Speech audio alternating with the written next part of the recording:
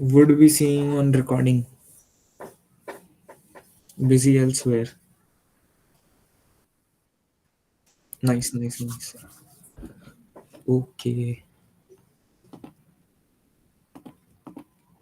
मेरी तूफान की फटके चार हो गया भाई इसकी तो।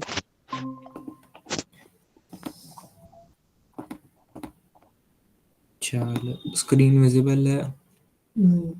Please confirm. Not visible.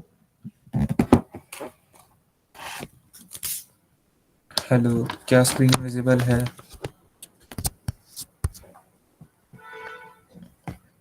कोई तो बोलो रे.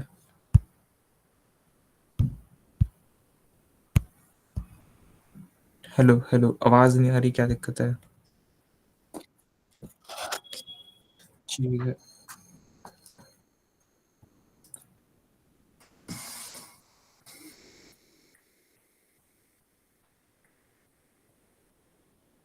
बस एक सेकेंड.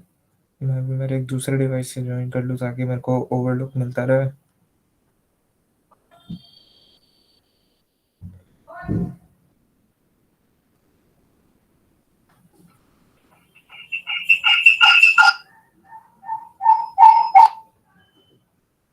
हेलो. ठीक, परफेक्ट. ये क्या हुआ? ये लोग कहाँ गए?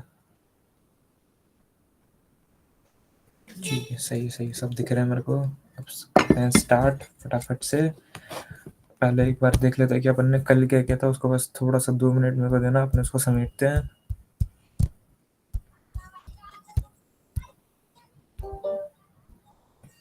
तो कल अपना हुआ था सबसे पहले ए वाई पी वाई कॉन्सेप्ट.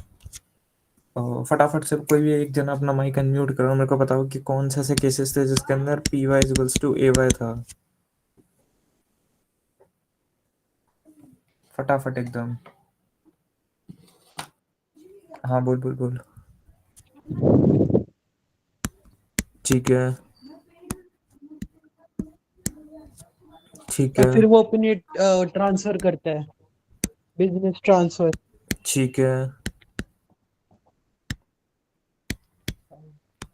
अबे वो मेरा एग्जांपल था तो साले को बोलता। एकदम very good very good. AOP BOI for short duration.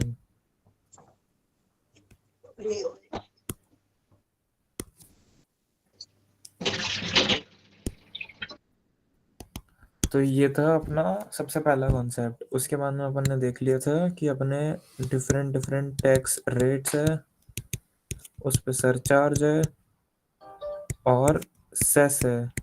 Cess क्या है? अभी सेस का जो नाम चल रहा है वो चल रहा है एसईसी और इसका रेट है 4%. है ना? और क्या देखे थे अपने कल? क्वेश्चन देख लिए थे वो अपने, हेड्स आ स्क्रीनशॉट गई करने ना, को मिल पावर गया. हेड्स। वो तो ठीक है, वो तो चिंदी चीज हो गई ना, मतलब वो तो ठीक है. Not a big deal, we have discussed. तीसरा है अपना टोटल इनकम कॉन्सेप्ट.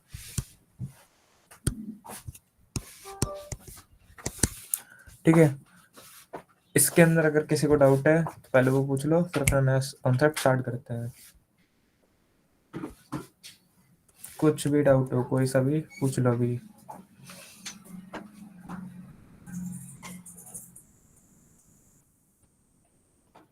आगे बढ़ूं या कोई डाउट है?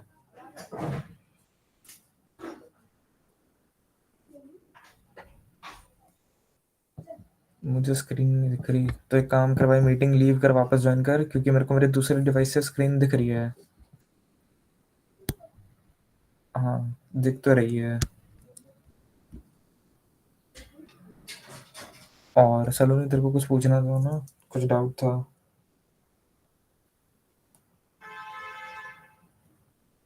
Hello.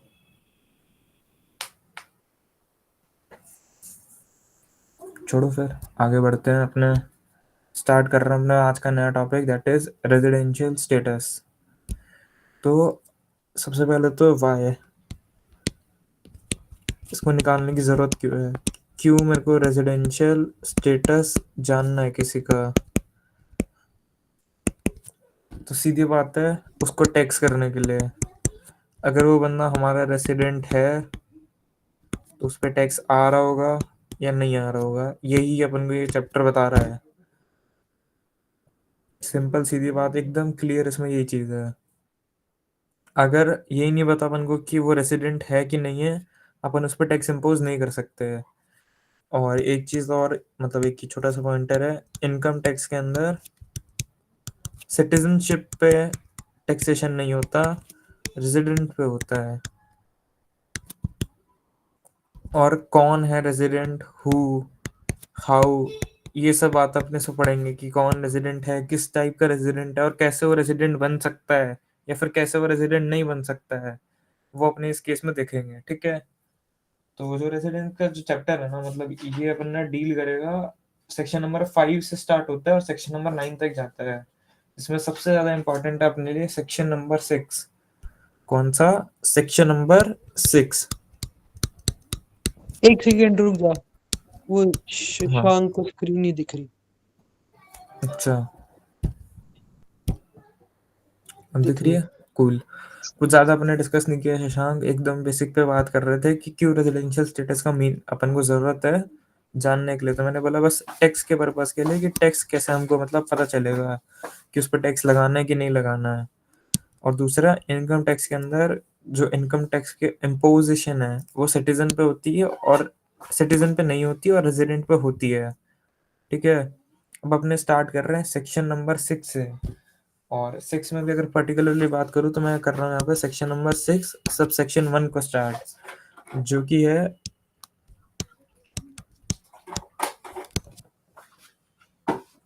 Residential status of individual.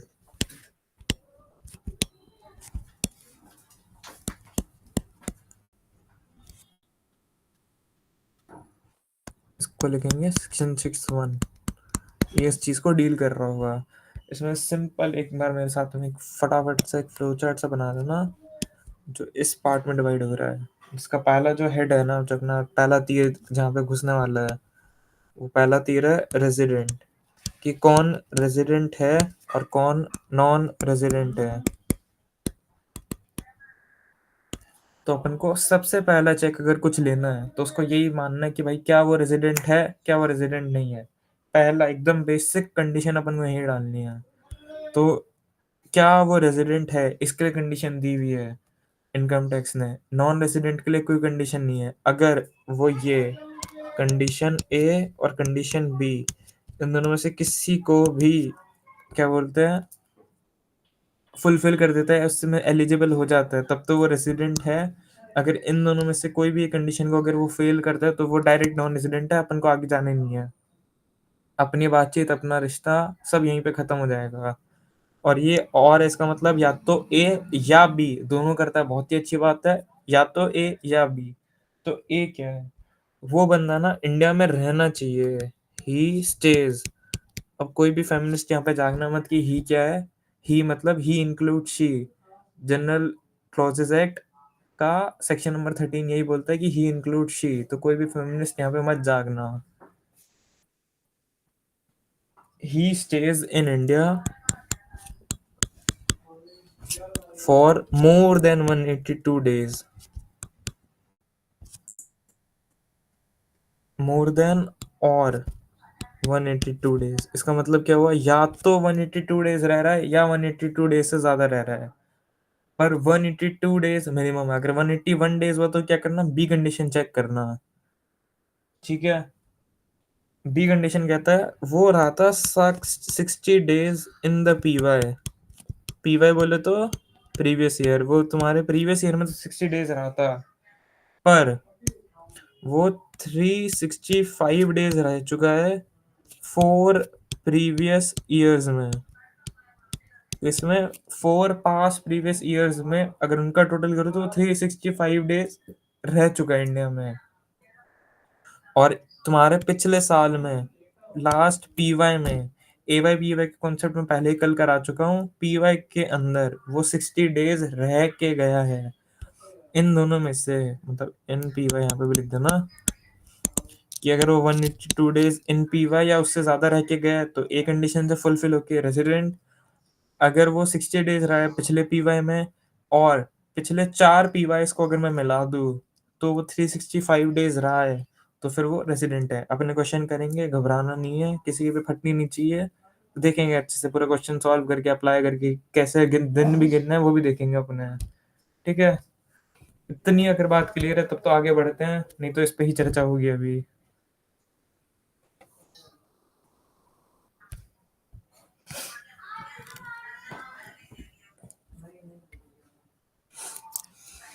ठीक है, फिर अपना आगे बढ़ते हैं। अब ये बोलता है कि ठीक है, आपने ये कंडीशन ले ली कि समझो कोई आदमी था, वो पहली बार इंडिया आया है और वो रहा 183 डेज, तो क्या वो रेजिडेंट है कि नॉन रेजिडेंट है, ये मेरे को बता दो।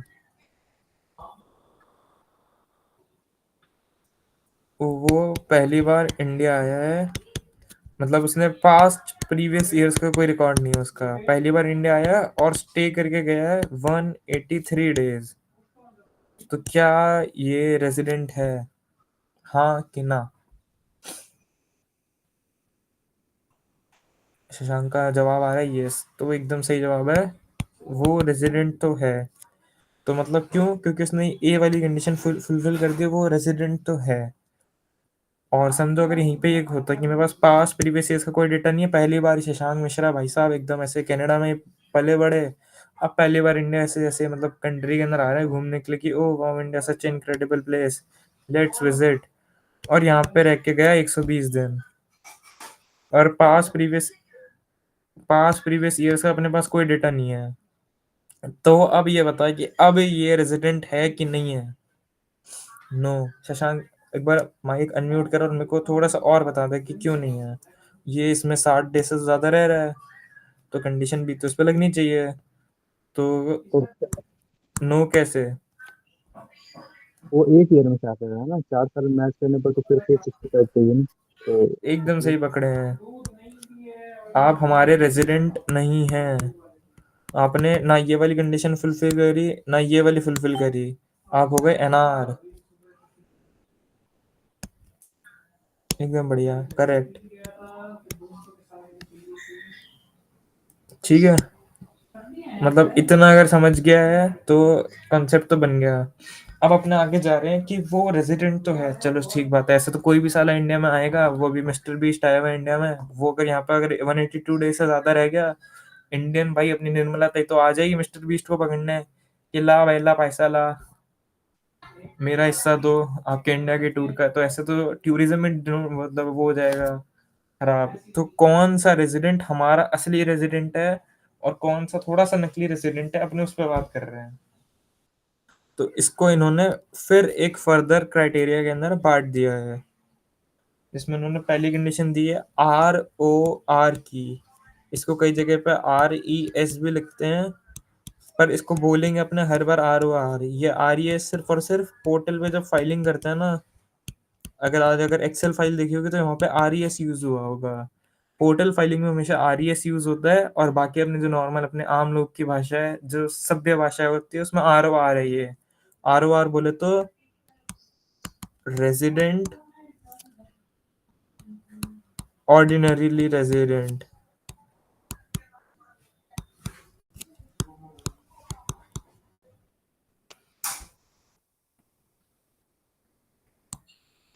ठीक है, और दूसरा क्या है RNOR, मतलब कुछ इन्होंने दिमाग नहीं लगाया, बस एक एन बीच में डाल दिया, जिसको बोलते हैं रेजिडेंट नॉट ऑर्डिनरी रेजिडेंट। ठीक है, इसका ये खेला भाई, इसकी कंडीशन दी है, अगर इसकी कंडीशन फुलफिल होती है तो ये, अगर नहीं होती तो ये। इसके अंदर जो कंडीशन है ना, वो कंडीशन बताता है सेक्शन नंबर 66, मतलब सेक्शन नंबर तुम याद मत रखना, तो मैं ऐसे अपना ज्ञान पेल रहा हूँ। सेक्शन नंबर 66 इसकी कंडीशन बताता है, अगर ये दोनों कंडीशन, कैसी कंडीशन, ये दोनों कंडीशन अगर फुलफिल होती है तब तो वो ROR है, अगर दोनों नहीं होती है तो सीधा उसको RNOR बना देने का। ठीक है, एकदम मतलब बिल्कुल दिमाग नहीं लगाने का, अगर दोनों कंडीशन फुलफिल होती है तो चलेगा। इसके अंदर है ना, अगर मतलब ऐसे लिखना हो ना तो एनी लिख देना यहाँ पे, एनी। और यहाँ पे है एकदम कंपल्सरीली बोथ। इसमें भी कैसी, मतलब अगर बोथ आ रही तो इसमें भी है दो कंडीशन, ए और बी। तो पहले ए देखते हैं, वो क्या होना चाहिए, वो होना चाहिए resident, he is resident in 2 past previous year out of 10। मतलब अगर लास्ट 10 साल की हिस्ट्री लें तो वो 2 सालों के अंदर रेजिडेंट होना चाहिए। और रेजिडेंट कैसे, यही ऊपर वाले तरीकों से अब यूज करके उसे निकालेंगे, ए और बी लगा के, कि क्या वो रेजिडेंट है कि नहीं है। 182 डेज से रहा था ज्यादा, या 60 दिन से ज्यादा रहा था, तो 365 डेज इन 4 प्रीवियस ईयर हो रहे थे क्या। ऐसा दो अपन को पास प्रीवियस ईयर देखना है कि क्या वो रेजिडेंट था 10 में से। मतलब उसमें ऐसे लिख देना 2/10, सिंपल है, इसको याद रखना हो तो। ठीक है। अब इसमें दूसरी कंडीशन ये लोग देते हैं कि he stays in India for 360 days in 7 PYs। कैसे, he stays in India for 730 days in 7 PYs। PPYs बोल लो या प्रीवियस ईयर, मतलब पास प्रीवियस ईयर है। PPYs अगर मतलब मैं लिख देता हूँ, कोई अगर बाद में नोट रेफर करेगा तो PPYs equals to past previous year. ठीक है। और पी वाई जहाँ पे भी मैं लिख रहा हूँ उसका मतलब होता है प्रीवियस ईयर। प्रीवियस ईयर मतलब कुल मिला के वही ईयर जिसका आप टैक्स निकाल रहे हो। और इस 730 का क्या सेंस है, 730 इज नथिंग बट 635 इंटू 2। बस इसको सिंपल, मतलब एक साल में 365 दिन होते हैं, और अगर वो 365 इंटू 2 730 डेज अगर वो रहता है, पिछले कोई भी 7 पी वाइज में, ऐसा नहीं कि समझ, अगर तेरे को डेटा दिया है 1 2 3 4 5 6 7 8 9 और 10 का, तो 10 में से तो 2 अपन को चाहिए ए कंडीशन के लिए रेजिडेंट, और जो 365 डेज चाहिए ना वो, sorry, into 2 is to 730 days जो चाहिए ना, वो चाहिए इन 7 सालों में। ये नीचे के 3 इसमें काउंट नहीं होते। ठीक है, ये चीज का थोड़ा ध्यान रखना है। तो बस सीधी बात है, अगर ये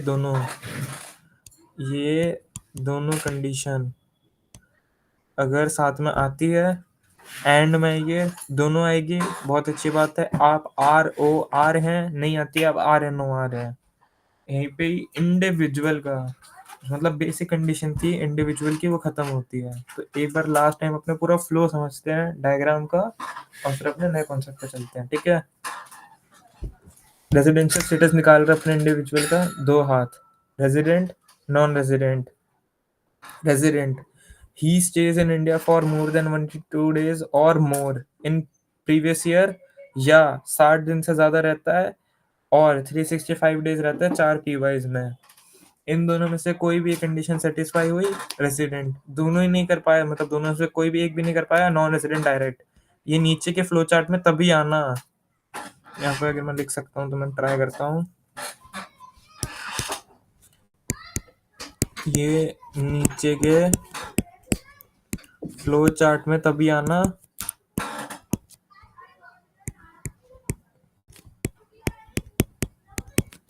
जब जो बंदा हो ना, जब आदमी रेजिडेंट हो। अगर वो नॉन रेजिडेंट है ना तो अपनी सारी कहानी, सारा पॉइंट ऑफ डिस्कशन खत्म हो जाएगा ऊपर ही। अब अगर वो रेजिडेंट है तो अपने उसमें और कीड़े कर रहे हैं कि क्या वो ROR है या वो RNOR है।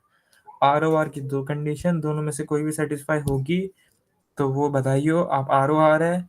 अगर नहीं होती तो आप RNOR है, सॉरी। अब इसका क्या फर्क पड़ेगा, मतलब क्या ही फर्क पड़ रहा है इससे, कि मतलब हम ये बांट क्यों रहे हैं, ये अपन को बाद में पता चलेगा। ये अभी का अपना कंसर्न नहीं है, अभी अपने बस बांटना सीख रहे हैं। अपने जब मतलब आज की क्लास खत्म करेंगे तब तक अपने सीख चुके होंगे कि क्यों इसको बांटा, ये भेदभाव क्यों, why this divide and rule. उसका पता चल जाएगा अपन को। ठीक है, अगर इधर तक क्लियर है, आपका साथ है, तो आगे चलते हैं।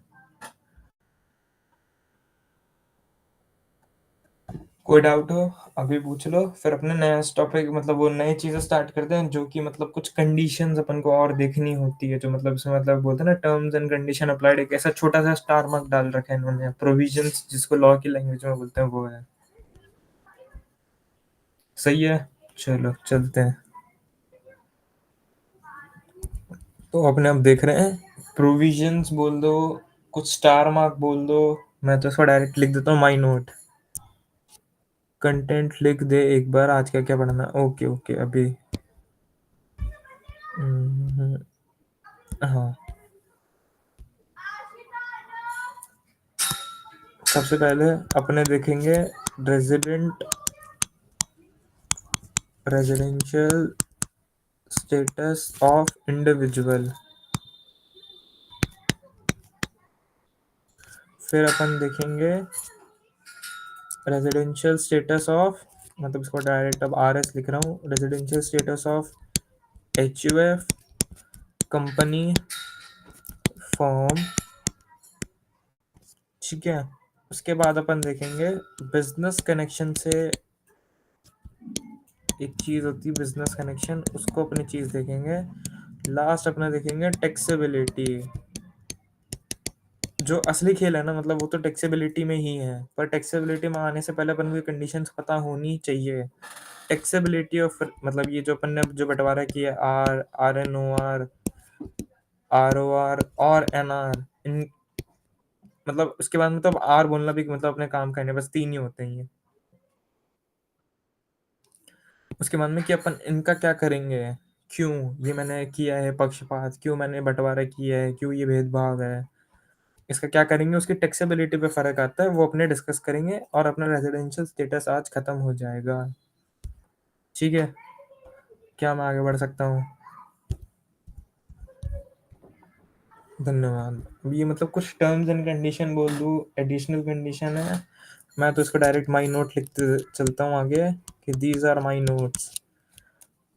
पहला, कुछ ऐसे केसेस है ना कि मतलब जहाँ पे रेजिडेंट का मतलब सिर्फ 365 182 डेज होते हैं, मतलब सीधी सिंपल बात इन लोगों ने की है, कि कुछ ऐसे 3 केस है, 3 cases where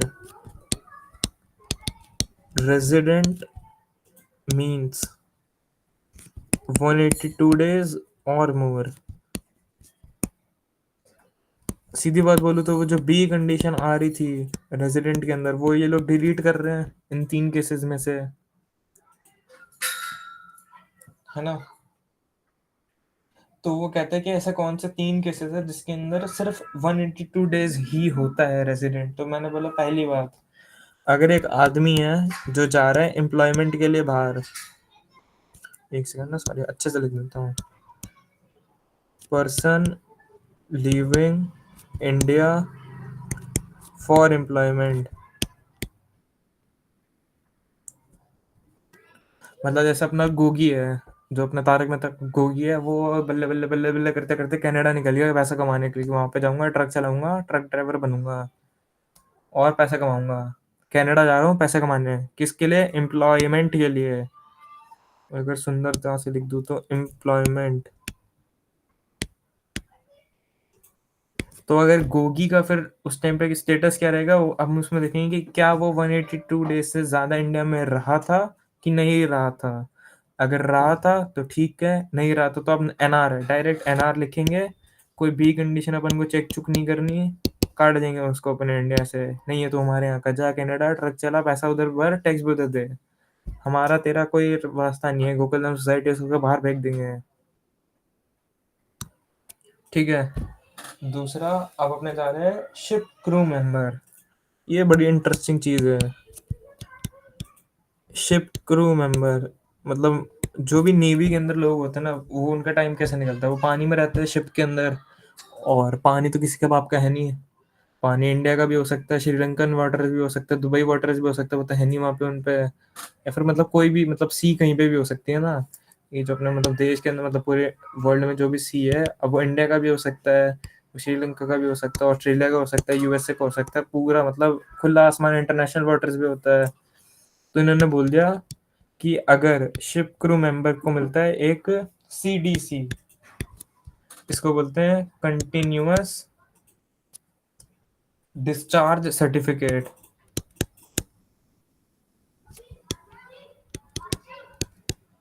कि अगर आपको ये कंटिन्यूअस डिस्चार्ज सर्टिफिकेट में आपके डेज लिखे हुए रहते हैं कि आप कितने दिन के लिए इंडिया से बाहर थे पानियों में, मतलब पानी में, भले वो पानी किसी का भी हो, इंडिया का हो बाहर हो, अगर आप पानी में थे तो आपको मतलब वो दिन हटा देना चाहिए समय जिसमें लिखा हुआ होगा कि शशांक मिश्रा 171 डेज के लिए वाटर में था, यानी डिस्चार्ज था इंडिया की लैंड से, इंडिया की लैंड से बाहर था।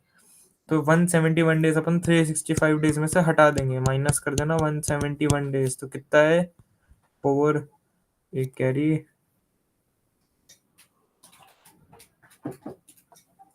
194 डेज आ गए। तो 194 डेज, क्या ये 182 डेज से ज़्यादा है? मैंने बोला हाँ। तो शशांक भाई साहब है रेजिडेंट। सिंपल सी थी बात। अगर समझो यहीं पे ये लिखा हुआ होता कि 185 डेज के लिए बाहर था, कितने दिन के लिए बाहर था ये 185, तो 365 या 366, याद रखना लीप ईयर अगर होगा 23 24 की अगर अपने बात कर रहे हैं पीवाई में, तो उस साल 365 डेज नहीं थे, 366 डेज थे, क्योंकि लीप ईयर था। तो लीप ईयर में इनकम टैक्स भी उसको 366 डेज मान के ही तुम्हारे रेजिडेंशियल स्टेटस निकालेगा। तो अपने अगर मतलब पीवाई की बात ही करें तो 366 डेज में से माइनस कर देते हैं 185 डेज, तो इसको अगर अपने माइनस करें तो कितना आएगा 181 डेज। क्या ये 182 डेज से ज़्यादा है? मैंने बोला नहीं। तो आप हो गए एनआर, आप हमारे यहाँ पर टैक्स नहीं देंगे, आप हैं एनआर, नॉन रेसिडेंट। ठीक है, अगर इतनी बात क्लियर है तो लास्ट तीसरी कंडीशन लिख देता हूँ।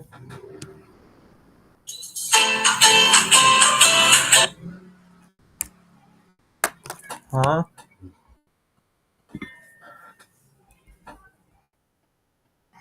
हेलो हेलो, अरे कुछ तो बोल लो।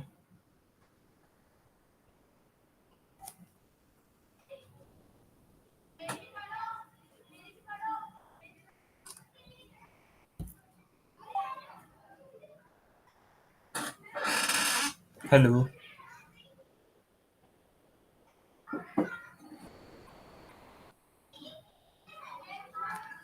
ठीक है, अपने फिर आगे बढ़ते हैं।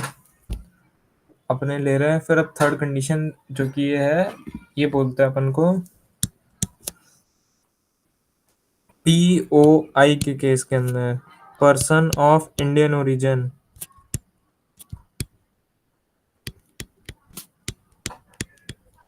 इसके अंदर भी अगर वो कोई आता है अपने यहाँ पे देश के अंदर, तो अपन को यही लेना है कि अगर कोई पीओआई आया है, वो अगर 182 डेज से ज़्यादा रहता है तो हमारा रेसिडेंट है, वरना वो हमारा रेसिडेंट नहीं है।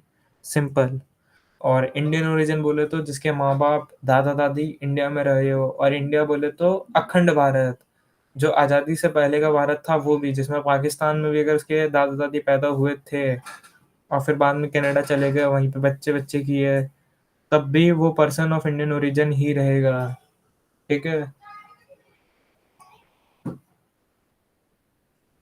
अखंड भारत के अंदर अपने अनडिवाइडेड इंडिया की बात करेंगे, क्या बात करेंगे, अनडिवाइडेड इंडिया में अगर कोई पर्सन खुद, या फिर मतलब पर्सन तो नहीं, उसके ग्रैंडफादर ग्रैंड मदर, वो तो हो ही नहीं सकता, अब ग्रैंडफादर ग्रैंड मदर,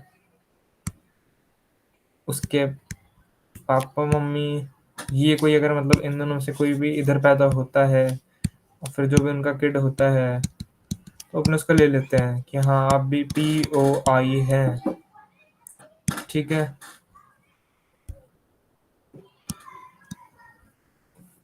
अब एक इन्होंने एक इंटरेस्टिंग कंडीशन डाली है इसके अंदर, वो डाली है कि अगर कोई पीओआई है वो इंडिया आता है और कमाता है।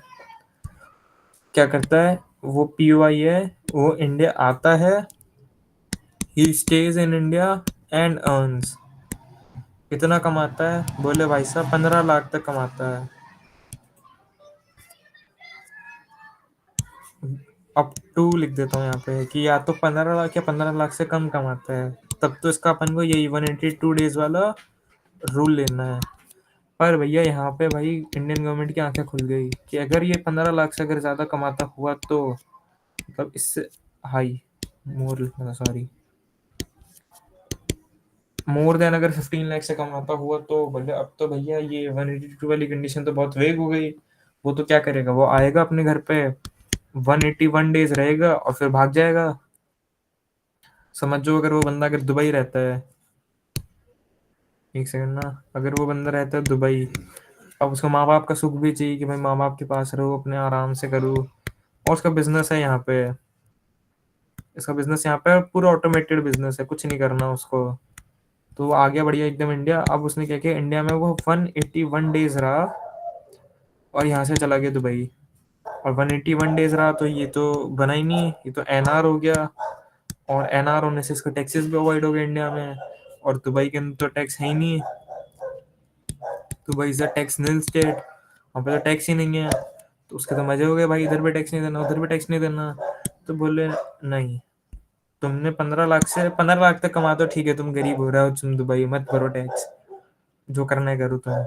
15 लाख से ज्यादा कमा रहे हो और इंडिया में रहे, तब तुम्हारे लिए दो कंडीशन, ए या तो 182 डेज और मोर, वही वाली जो इधर चल रही थी अपनी, या फिर इन्होंने एक बी कंडीशन भी इसमें डाल दी, या और तुम बी को कंडीशन फुलफिल कर दो। बी क्या बोलती है, तुम 120 दिन रहे, 122 डेज और मोर,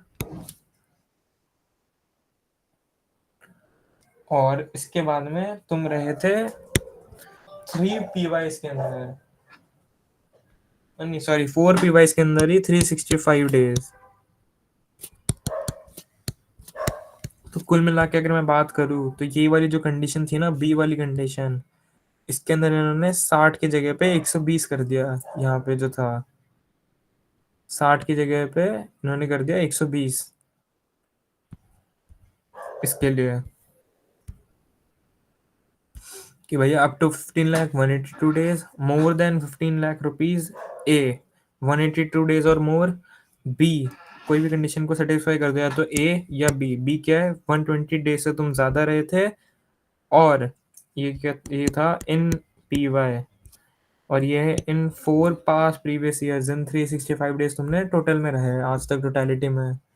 तो वो जो अपना होशियार बंदा था जो दुबई जाने का सोच रहा था कि भाई मैं ऐसा हेरा फेरी कर लूँ, तो नहीं, आप रुक जाइए, आप ये काम नहीं कर सकते। क्योंकि समझ, एक साल उसने कर लिया, 120 दिन रह लिया, अगले बार भी कर लिया 120 दिन रह लिया, पर जब नेक्स्ट टाइम वो 120 दिन रहना आएगा ना, 120 है उससे मतलब आसपास, या तो थर्ड ईयर या फिर मतलब mid of the fourth year के अंदर उसकी ये वाली कंडीशन लगने लग जाएगी, और उसके बाद से वो फंस जाएगा।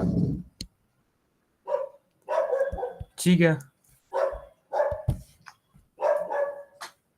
हाँ जी। और जो डेज गिनना है ना, एक कंडीशन और लिख लेना, मतलब ये तो ऐसे पॉइंट सही है। एक सेकंड, थोड़ी सी स्क्रीन बड़ी कर दूं, कि जो दिन गिनना है ना काउंटिंग डेज के अंदर, जिस दिन वो जा रहा हो फ्लाइट पकड़ के या जिस दिन वो आ रहा हो, वो दोनों गिन को एक एक दिन पूरा पूरा गिन लेना, ठीक है।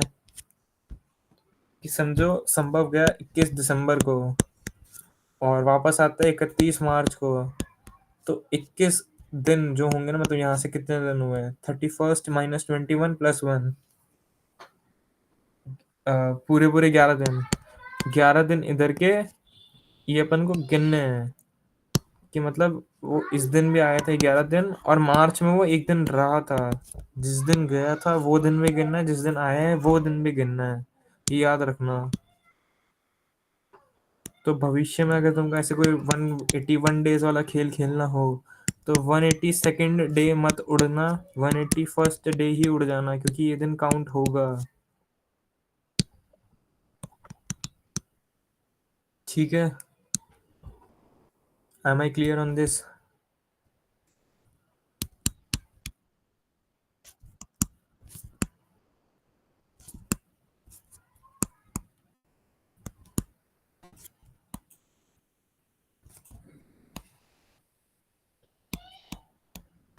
ठीक है, तो लिख भी दिया ढंग से।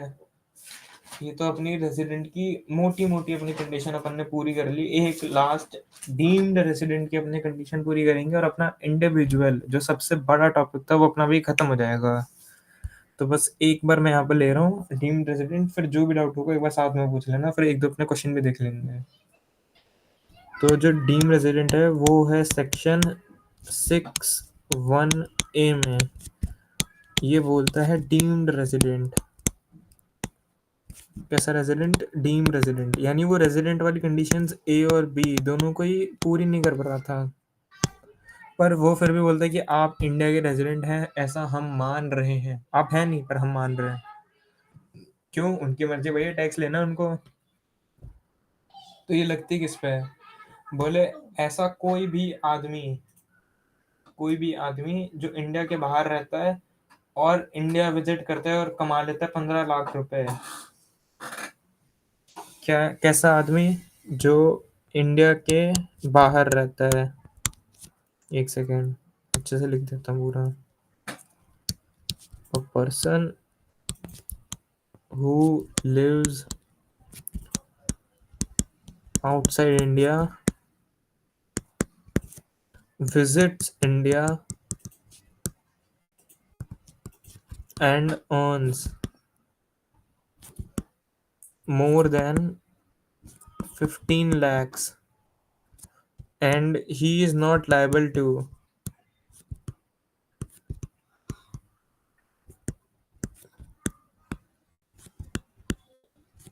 anywhere. He is a deemed resident. अब रेजिडेंट में पूछेंगे कि कैसा है रेजिडेंट, तो हम बोलते हैं कि आप RNOR हैं हमारे लिए, और ये कंडीशन POI पे नहीं लगती।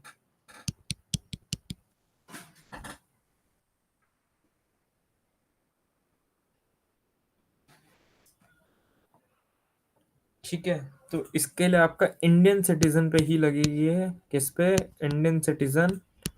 जैसे समझ, मैं इंडियन सिटीजन हूँ, मैं गया बढ़िया एकदम अपना एकदम कोस्टारिका आइलैंड्स गया, वहाँ पे कोई टैक्स नहीं है, या नीदरलैंड्स गया, वहाँ पे भी कोई टैक्स नहीं है, बढ़िया आराम से अपने सुख जीवन में रहता था। इंडिया आया, इंडिया आके थोड़े दिन रहा, फिर वापस चला गया, और मेरी इनकम है 15 लाख से ज़्यादा, और नीदरलैंड्स में मेरे को कोई टैक्स नहीं देना, वहाँ पे है ही नहीं, जीरो। तो कहते हैं कि ना मुन्ना ना। अब आप इंडियन सिटीजन थे तो आपकी एक गलती थी कि आप इंडिया में पैदा हो गए थे, तो आप एक काम करो, यहाँ पे अपना कर्जा चुका के जाओ, जिसको कहते हैं टैक्स। टैक्स फिर आपका इंडिया में ही बनेगा, और कैसा बनेगा? RNOR बना के आपको। ठीक है, तो अगर ऐसा कुछ काम करना हो, या तो फिर विजिट मत करना, मतलब मैं तो फिर लॉ ब्रेक करना ही सिखा सकता हूँ डायरेक्टली,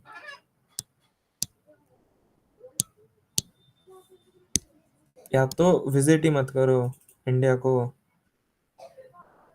अगर ऐसा कुछ करना हो तो, या फिर 15 लाख से ज़्यादा मत कमाना। अब कमाने के लिए मना हो तो मैं करूँगा नहीं, सीधा है विजिट मत करना। डीम्ड रेजिडेंट बनोगे, कैसे बनोगे? RNOR बनोगे, लगता सिर्फ इंडियन सिटीजन पे है, और POIs पे नहीं लगता, ये चीज़ याद रखना। POIs पे यही वाली कंडीशन ही लगेगी। और ये और है, इसको भी थोड़ा सा हाईलाइट कर देते हैं, और कहाँ पे है? ये एंड में, और ये एन ही है। ठीक है, अब यहाँ तक किसी को डाउट है तो पूछो, अपना इंडिविजुअल खत्म हो गया, मौज करो।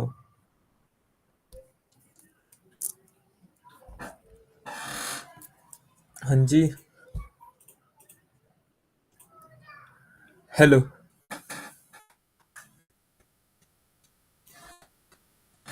कोई डाउट है तो पूछ लो अभी फटाफट, अपने फिर वरना आगे बढ़ेंगे।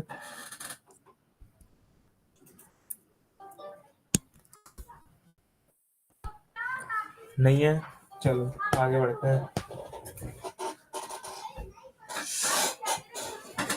ठीक है, अपना आगे बढ़ रहे हैं बढ़िया से। अभी अपने स्टार्ट करते हैं एच यू एफ का। एच यू एफ पे बढ़िया क्वेश्चन आ जाते हैं कई बार, मतलब बी कॉम के अंदर तो थोड़ा सा टफ हो जाता है। एक मिनट, ठीक है।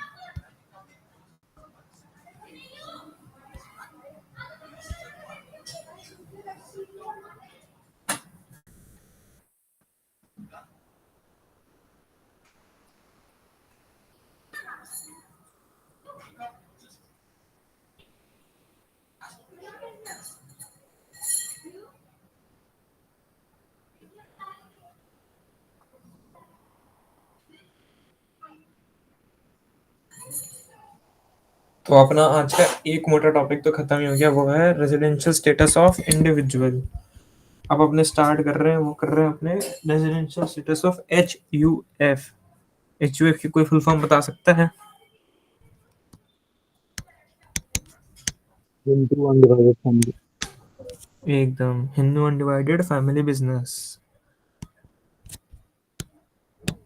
क्योंकि मतलब जैसे अपन ने देखा था अलग अलग टाइप के पर्सन है, तो अलग अलग टाइप के रेजिडेंशियल स्टेटस है। तो हर एक का कैसे फिक्स करेंगे, वो हर एक इन लोगों ने स्पेसिफाई कर रखा है कि अगर आप ये है तो ये करो, ये है तो ये करो। बिल्ली है क्या? एक सेकंड में। चुप।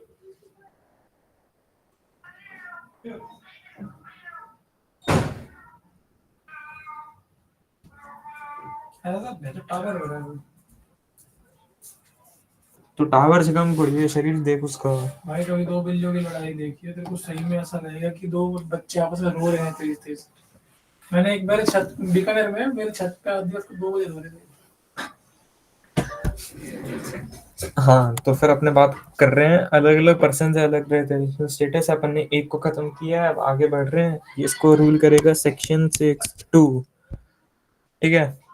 अब इसमें बोल रहा है कि तुमको सिर्फ सबसे पहले दो चीजें चेक करनी है एकदम, मतलब कुछ नहीं दिमाग लगाना, सिंपल दो चीजें चेक कर लेना।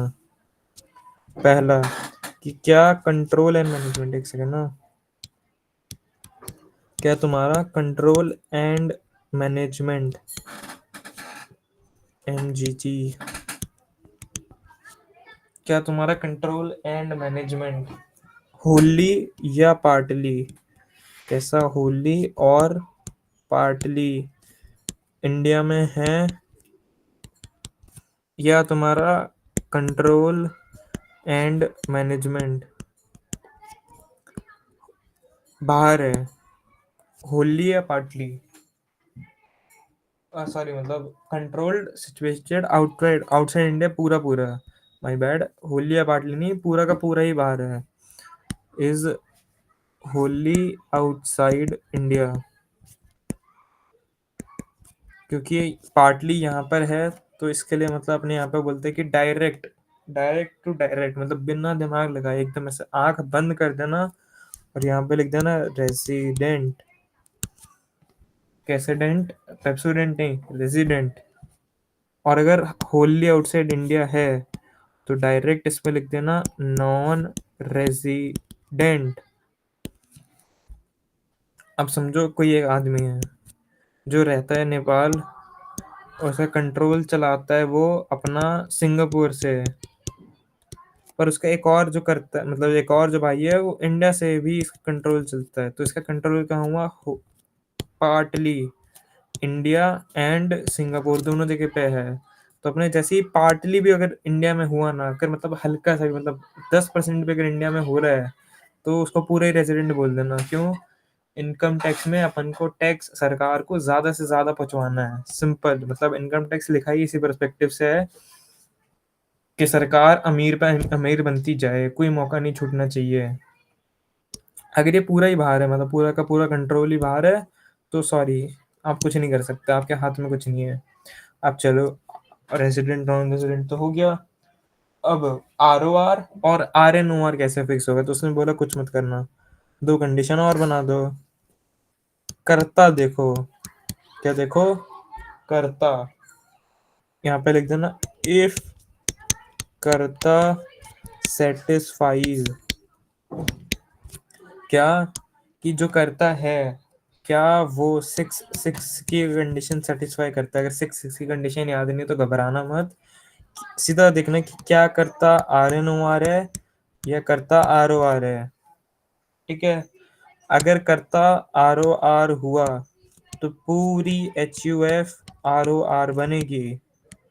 अगर करता 6 के अंदर सेटिस्फाई नहीं कर पाता, मतलब वो RNOR है, तो पूरी HUF RNOR बनेगी। Simple as that. बट पहला, इस कंडीशन तक आने से भी पहले तुमको ये देखना है कि उसका कंट्रोल और मैनेजमेंट कहाँ है। मतलब पहले अपना ना दिमाग इधर लगाना, क्या वो रेजिडेंट है? HUF रेजिडेंट बनती है, उसका मैनेजमेंट कहाँ पे है? अगर उसका मैनेजमेंट इंडिया में हो रहा है तो इंडिया, पार्टली इंडिया में हो रहा है तो रेजिडेंट। और अगर होली बाहर है, मतलब पूरा एकदम ऐसा, पूरा ऐसे, ए पापा जी, कनाडा कनाडा कनाडा, अगर पूरा का पूरा ही बाहर है तो नॉन रेजिडेंट सीधा। नॉन रेजिडेंट के केस में कर्ता देखना भी मत कि क्या करता है, कर्ता को मरने दो, कर्ता अपना हिलाएगा। और अगर रेजिडेंट है, अगर HUF रेजिडेंट है तो ये देखो कि अब कर्ता क्या करता है। अगर कर्ता ROR है तो पूरी HUF ROR, अगर कर्ता RNOR है तो पूरी की पूरी HUF RNOR। क्या तुम मेरे साथ हो? कि इतनी बात तुमको समझ में आती है? हाँ कि ना?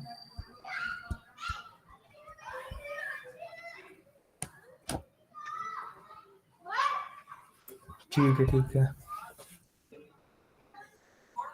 अब अपने जा रहे हैं सबसे, मतलब एकदम ऐसे शानदार, मतलब अपना आगे, अब जैसे जैसे अपने कॉन्सेप्ट पे जा रहे हैं ना, एकदम इजी इजी होता रहेगा। अब अपने ले रहे हैं सेक्शन 6(3), जिसका नाम है कंपनी। एकदम मतलब इससे सॉर्टेड कोई चीज ही नहीं है। कर दे वेश। नहीं, मैंने नहीं किया, मैं उसको एकदम लेट कर दूंगा। बस वो याद रखना, कल विशेष का बर्थडे, मतलब आज रात को उसको विश करना है। Residential status of company. ये कैसे आवाज आ रही है भाई? चाय नहीं बनाना है तुम्हें? थोड़ा ना। हाँ, hello hello hello, sorry my bad, back आ गया। हाँ, रेजिडेंशियल स्टेटस ऑफ कंपनी। तो रेजिडेंशियल स्टेटस ऑफ कंपनी के अंदर अपन को डायरेक्टली ये देखना है, क्या कंपनी इंडियन है। और भाई घबराना मत, सब कुछ सिलेबस में है, मैंने खुद ने देखा है, चारों ने असाइनमेंट में भी दिया था, तो मेरे को पता है क्या वो कंपनी इंडियन है या वो कंपनी फॉरेन कंपनी है। और अगर इसकी डेफिनेशन अगर डीप डाउन देखनी है तो ये होता है सेक्शन 220 के अंदर, और ये आई होप सो 247 के अंदर होगा। कंपनी जेड के अच्छे से याद नहीं है, कुछ गलती हो सकती है, तो एक बार ये इसको देख लेना कि मतलब फॉरेन कंपनी क्या होती है, इंडियन कंपनी कौन सी होती है। इंडिया में कोई भी कंपनी अगर इनकॉर्पोरेट हुई है तो इंडियन कंपनी है। अगर बाहर के देश में कोई कंपनी इनकॉर्पोरेट हुई है, company which is incorporated outside India but it has a business operation in India via its agent, its retail store or e-commerce, is a foreign company। ठीक है, अब इसके बाद में इंडियन कंपनी ऑलवेज रेसिडेंट, क्योंकि company बाहर थोड़ी भाग सकती है ऐसे पैर वैर लेके, कोई वो थोड़ी है, संभव थोड़ी कि उड़ जाएगी भाई कंपनी। विजय माल्या हो सकता है, पर किंगफिशर विजय माल्या नहीं हो सकती है। ठीक है, तो इंडियन कंपनी ऑलवेज रेजिडेंट, मतलब दिमाग ही नहीं लगाना, एकदम मतलब सॉर्टेड सीन। फॉरेन कंपनी में अपने देख रहे हैं, और अगर मतलब ये जो ROR ही होती है, ये इसमें RNOR का कोई कॉन्सेप्ट नहीं लगता, ये भी दिमाग में रखना, क्योंकि कंपनी बाहर नहीं जा सकती इंडिया से। अब इसके अंदर तुमको ये देखना है कि मतलब क्या रहेगा। इसमें तुमको चेक करना है पोम कैसा है। क्या कैसा है? पोम। पोम बोले तो प्लेस ऑफ इफेक्टिव मैनेजमेंट। ठीक है, ये कैसे डिटरमाइन होता है? मत दिमाग लगाना, डायरेक्ट सीए फाइनल्स के बच्चों को पढ़ाते हैं, मेरे को भी नहीं आता, सीधी बात। और प्लेस ऑफ इफेक्टिव मैनेजमेंट क्या क्वेश्चन आएगा बीकॉम में? मैंने बोला नहीं। अगर आता है तो भी लिख कर आएगा कि भाई पोम किधर है इसका। अगर पोम इंडिया में है, सिंपल रेजिडेंट। और पोम अगर आउटसाइड इंडिया है, ओएस मतलब आउटसाइड इंडिया, तो भाई नॉन रेजिडेंट। एकदम सिंपल। इसमें कोई दिमाग नहीं लगाना क्या ये बीकॉम के लायक है, नहीं। पर क्या पूछ सकते हैं, गॉड नोज। बट है बहुत सिंपल, मतलब ऐसा कुछ दिमाग पे लोड भी नहीं देना। Indian company always resident, foreign company दो हाथ। POEM in India resident, POEM outside India non resident. ठीक है, सही है। आगे बढ़े, चलो ठीक है, अपने आगे बढ़ते हैं। अपने ले रहे हैं उससे भी सिंपल, मतलब इससे सिंपल तो कुछ नहीं हो सकता। वो है सेक्शन 6(4), जो आपको बताएगा residential status of firm, LLP, BOI, BOJ, BOJ नहीं सॉरी, एओपी या फिर एजेपी।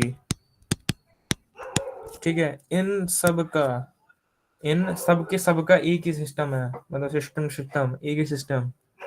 ठीक है, इसके अंदर अपन को करना है कुछ नहीं, सिंपल दो हाथ वापस से। अगर कंट्रोल एंड मैनेजमेंट होली या पार्टली इंडिया में है रेजिडेंट, अगर कंट्रोल एंड मैनेजमेंट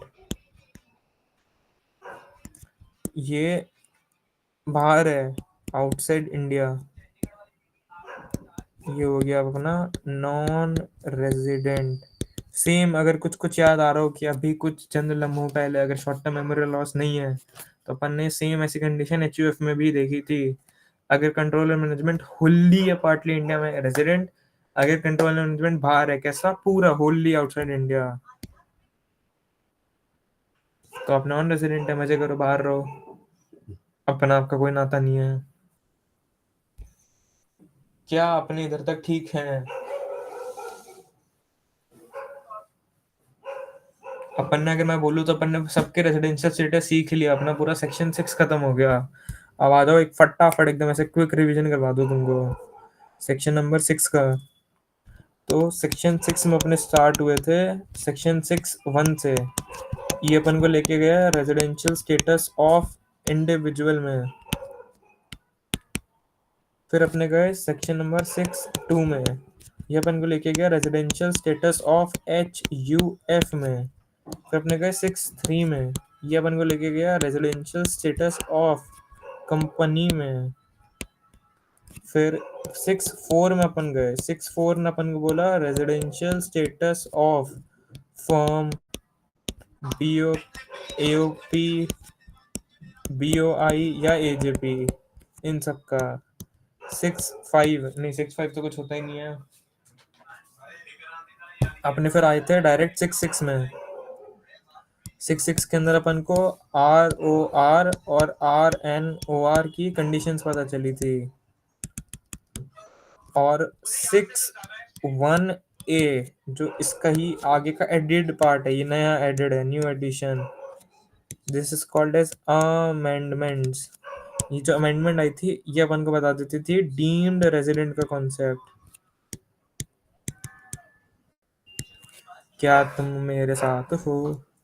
इधर उधर किसी को कोई दुख पीड़ा परेशानी समस्या चलो ठीक है, अब अपने आगे बढ़ते हैं। सबसे पहले वो अपने बात करते हैं सेक्शन 5 की। पहले सेक्शन मुझे 5 नोट पता दिखा क्या दो। बात करता है? क्या? HUF के नोट दिखा दो एक बार। ये ले।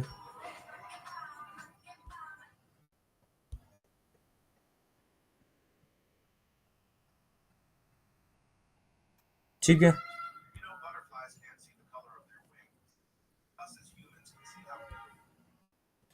ठीक है। अब अपने बात करते हैं सेक्शन 5 की। ये अपन को बात करता है स्कोप ऑफ इनकम की। ठीक है, इसकी स्कोप ऑफ इनकम की कि कौन से इनकम किसको टैक्सेबल, मतलब एक्चुअली अगर मैं बोलूँ इनकम टैक्स के हिसाब से मेरे को तुमको पढ़ाना सेक्शन 5 पहले चाहिए, बट अब ये पढ़ना ज़्यादा इजी है। ये बोलता है कि कौन सी ऐसी इनकम होगी जो आपके लिए टैक्सेबल होगी यहाँ पे इंडिया के अंदर। और अभी अपने बात कर रहे हैं सिर्फ इंडिविजुअल या HUF की, क्योंकि हमने बीकॉम के सिलेबस में वही है। तो एक है ना, एकदम मस्त सी ऐसे टेबल बना लो, जिसके अंदर तुमको बनाना है 3 पार्ट्स। पहली ROR, RNOR, दूसरी बना देना NR। अब इसके अंदर एक डालना, सिर्फ 2 लाइनें हैं। अगर इंडियन इनकम है या वो फॉरेन इनकम है। अब अपन ये देख रहे हैं कि क्यों मैंने ये बंटवारा किया था, जैसे हमने स्टार्टिंग में बात किए थे कि भाई क्यों ऐसा अलग अलग विभाजन क्यों किए। तो सिंपल भाई, टैक्सेबिलिटी, कि अगर इंडियन इनकम हुई तो कहाँ कहाँ पे टैक्सेबल होगी। मैंने बोला भाई इसके लिए भी टैक्सेबल है ये, इसके लिए भी ये टैक्सेबल है, इसके लिए भी ये टैक्सेबल है। अगर फॉरेन इनकम होगी तो ROR है बेवकूफ, वो इंडिया में पैदा हुआ उसकी गलती, उसकी फॉरेन की इनकम भी इंडिया में टैक्सेबल होगी। RNOR की कंडीशन है, कंडीशन अभी नीचे खोल दूंगा, सिर्फ 2 ही एकदम चिंदी कंडीशन है, नीचे भी खुल जाएगी। और NR की टैक्सेबल नहीं होगी, नॉट टैक्सेबल। इसके लिए बंटवारा चल रहा था, ठीक है, कि क्यों अपने इसको बांट रहे थे। अगर मतलब कोई गधेड़ा इंसान है जो ROR है, तो कहीं से भी पूरी दुनिया में बैठ के पैसा कमाए, इंडिया में कमाए, बाहर कमाए, पूरी दुनिया से कहीं से भी कमाए, उसकी इंडिया में हर चीज टैक्सेबल होगी। अब कोई है जो नॉन रेजिडेंट है, जैसे अपने बोल रहे कि अपन को बार बार अगर NR बनना है, NR बनना है, क्यों? टैक्स इवेजन के लिए है। क्यों बोल रहे? क्योंकि अगर इंडियन इनकम होगी तो इंडिया में टैक्स दे देंगे। पर अगर मेरी बाहर की इनकम है, दुबई की इनकम है, मालदीव्स की इनकम है, कहीं और की इनकम है, तो मेरे लिए वो टैक्सेबल इंडिया में नहीं है। मैं वो अपना देख लूंगा कहाँ पे मेरे को टैक्स करना है, वो मेरी मर्जी है, पर मैं तुम्हारे हिसाब से नहीं चलूंगा। वो जहाँ कमाया वो सरकार जाने है। कि डॉन को 40 मुल्कों की पुलिस देख रही है तो उसको 40 मुल्कों की पुलिस देखेगी, इंडिया की पुलिस नहीं देखेगी उसको। ठीक है। और RNOR की ऐसी कौन सी 2 इनकम है जो टैक्सेबल होगी? एक्चुअली 2 भी नहीं है, मतलब सिंपली वो बोलते हैं कि सीधी बात है, आपकी सिर्फ 2 ऐसी फॉरेन इनकम है जो इंडिया में टैक्सेबल है, बाकी आपकी कोई इनकम, आपकी फॉरेन इनकम टैक्सेबल नहीं होगी। पहली, अगर आपका कोई बिजनेस है इंडिया में, या फिर आपका कोई प्रोफेशन इंडिया में। प्रोफेशन बोले तो CS, CMA, lawyer, doctor, engineer, ऐसा कोई भी ऐसा प्रोफेशनल इन इंडिया हो, प्रोफेशन इन इंडिया है आपका। और ये है भी कैसा, ये सेटअप इन इंडिया एक्चुअली में। ठीक है, तो ये तो आपके लिए टैक्सेबल होगी। अब समझो कोई एक फॉरेनर है, ठीक है, कैसा है, फॉरेनर है, वो फॉरेन, उसकी इनकम कैसे बनेगी? इंडिया के अंदर उसका, मुंबई के अंदर उसका ऑफिस था, पर वो इनकम जो उसकी रिसीव हुई ना, उसको दुबई में हुई, तो वो उसके लिए फॉरेन इनकम बन जाएगी और इंडिया में टैक्सेबल नहीं है। पर वहीं पे अगर एक RNOR है, कैसा है, रेजिडेंट नॉट ऑर्डिनरीली रेजिडेंट आदमी है, उसने क्या किया, उसकी बिजनेस था सेटअप मुंबई के अंदर, मुंबई का है इंडिया के अंदर, वो बिजनेस की इनकम भले उसको USA में मिली, बट उसके लिए वो टैक्सेबल इंडिया में हो जाएगी। बाकी फिर वो कहीं से भी कुछ भी कमाए, मतलब अगर समझो कोई USA में उसका बिजनेस था, USA से उसने कमाया, उसका वो इंडिया में टैक्सेबल नहीं होगा। सिर्फ 2 ऐसी इनकम है जो उसकी फॉरेन इनकम इंडिया में टैक्सेबल होगी। ठीक है, इसके लिए ही ये अपनी इतनी माथाफोड़ी कर रहे हैं ताकि अपने डबल टैक्सेशन अवॉइड कर सके। DTA करके एक होती है, डायरेक्ट टैक्सेशन अवॉइडेंस एग्रीमेंट, अलग अलग देशों के साथ में होती है। अपने इसके लिए ही इसको पढ़ रहे हैं कि कैसे अपने डबल टैक्सेशन नहीं हो, कि इंडिया यूएसए, एक बंदा यूएसए में भी टैक्स भर रहा है, इंडिया में भी टैक्स भर रहा है, ऐसा नहीं। इंडियन इनकम पे इंडिया में, और एससी इनकम जो फॉरेन की इनकम है उस पे वो फॉरेन में टैक्स दे रहा है, इंडिया में नहीं दे रहा। ठीक है, अब अपना मेन मुद्दा उठना चाहिए अगर दिमाग है तो, कि कौन सी इनकम इंडियन इनकम है और कौन सी इनकम फॉरेन इनकम है। मेजर तो यही गेम है कि अब मैं बांटू कैसे, मतलब अब ये कैसे बांटू कि कौन सी इनकम है वो फॉरेन इनकम है और कौन सी इनकम इंडियन इनकम है, कि असली गेम तो यही है। तो आइए जानते हैं। ठीक है, अब अपने बात कर रहे हैं सबसे पहले तो एकदम सबसे मतलब सबसे सिंपल चीज की, जो कि मतलब वो पॉइंट बोलता है, अगर डिविडेंड मिल रहा है आपको, क्या मिल रहा है, डिविडेंड मिल रहा है, और डिविडेंड मिल रहा है आपको इंडियन कंपनी से। किससे मिल रहा है, इंडियन कंपनी से, जैसे रिलायंस, HUL, टाटा, विप्रो, अडानी। स्क्रीन नहीं दिख रही है, स्क्रीन दिख रही है यार, मैं भी दूसरे डिवाइस से ज्वाइन हूँ, एक बार लीव करके वापस ज्वाइन करना, नेटवर्क इशू होगा शायद, मैं वेट करता हूँ।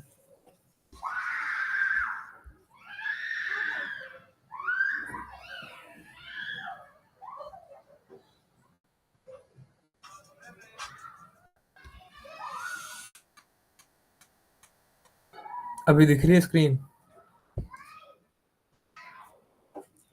हाँ, तो वो सिंपल, मतलब इससे सिंपल तो कोई रूल ही नहीं है। अगर डिविडेंड मिल रहा है इंडियन कंपनी से, इंडियन कंपनी बोले तो कोई भी ऐसी कंपनी जो इंडिया के अंदर लिस्टेड हो, इंडिया में लिस्टेड बोले तो, इंडिया में लिस्टेड भी नहीं, सॉरी, इंडियन कंपनी बोले तो जो भी इंडिया के कंपनीज एक्ट के अंदर 2013 है उसके अंदर इनकॉर्पोरेट हुई हो, वही अपना कल वाला सेक्शन 220, उसके अंदर अगर इनकॉर्पोरेट हुई है तो इंडियन कंपनी है, सिंपल।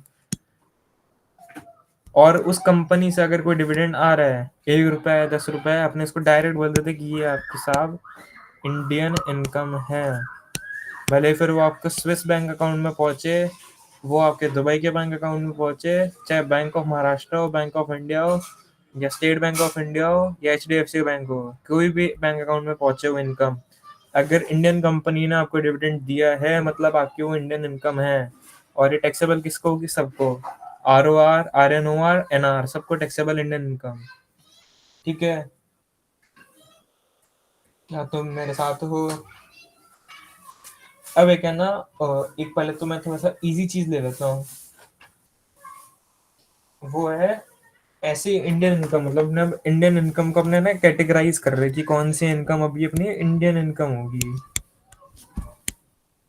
तो इसके अंदर है ना, उन्होंने मेरे को बोल दिया A, B, C और D, बोले ये 4 पॉइंट तो इंडियन इनकम है ही है। अगर कोई इनकम रिसीव्ड इन इंडिया है, कैसी है, रिया है, रिया बोले तो रिसीव्ड इन इंडिया है। अगर रिसीव्ड इन इंडिया है ना, तो आंख बंद करके उसको इंडियन इनकम बना देना। इसके लिए तुम लोग देखोगे कि IPL का जो ऑक्शन होता है वो इंडिया में नहीं होता, वो दुबई में होता है। क्योंकि अगर इंडिया के अंदर वो हुआ तो ऐसा मान लिया जाएगा कि deemed to arise from India है वो इनकम, आपको इंडिया में ही मिली है वो इनकम, तो आपके सारे के सारा पैसा इंडिया में टैक्सेबल होगा। और दुबई में क्यों होती है, क्योंकि दुबई टैक्स न्यूट्रल स्टेट है, वहाँ पे टैक्स है नहीं। तो वो लोग चाहते हैं कि अच्छा जहाँ पे भी आप पैसा लेके जाओगे वहां पे आप टैक्स भर देना।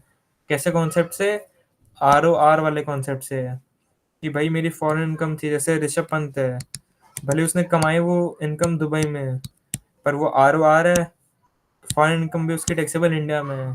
दिमाग से खेलो, दिमाग से, Dream11 में टीम मत बनाओ, इनकम टैक्स में दिमाग लगाओ, सेम चीज का। अब है income deemed to be received in India.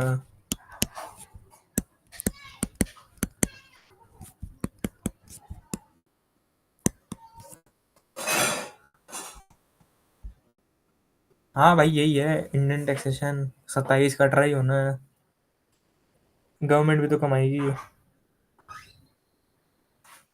Income deem to be received India ना, इसका ना एक्चुअली मतलब इसमें लगता है सब सेक्शन 7 और 8।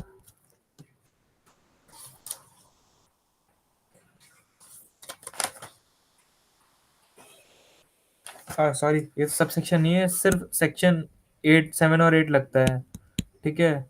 और जो मैंने तुमको अभी बताया ना, ये है सेक्शन नंबर 8।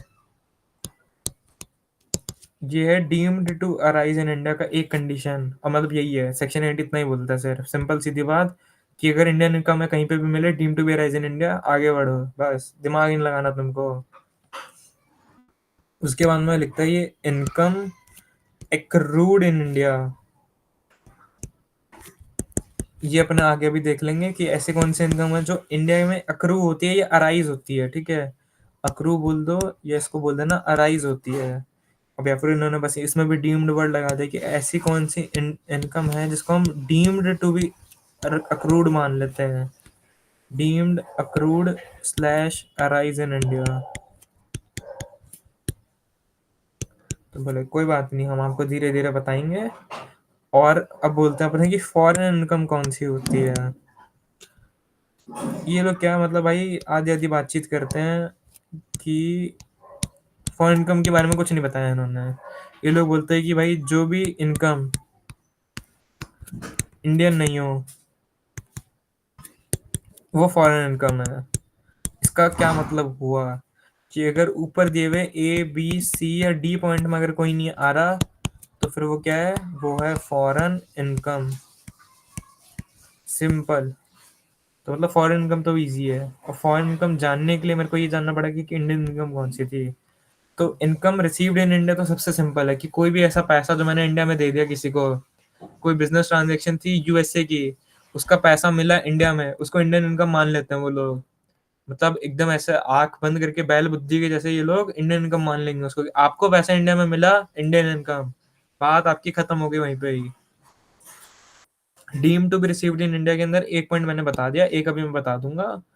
और इनकम अक्रूड और डीम्ड अक्रूड वो अपने अभी बात करते हैं। सबसे पहले तो अपने फिर अभी सेक्शन नंबर 7 ही उठा लेते हैं, जो कि बोलता है deemed to be received in India, deem to received in India.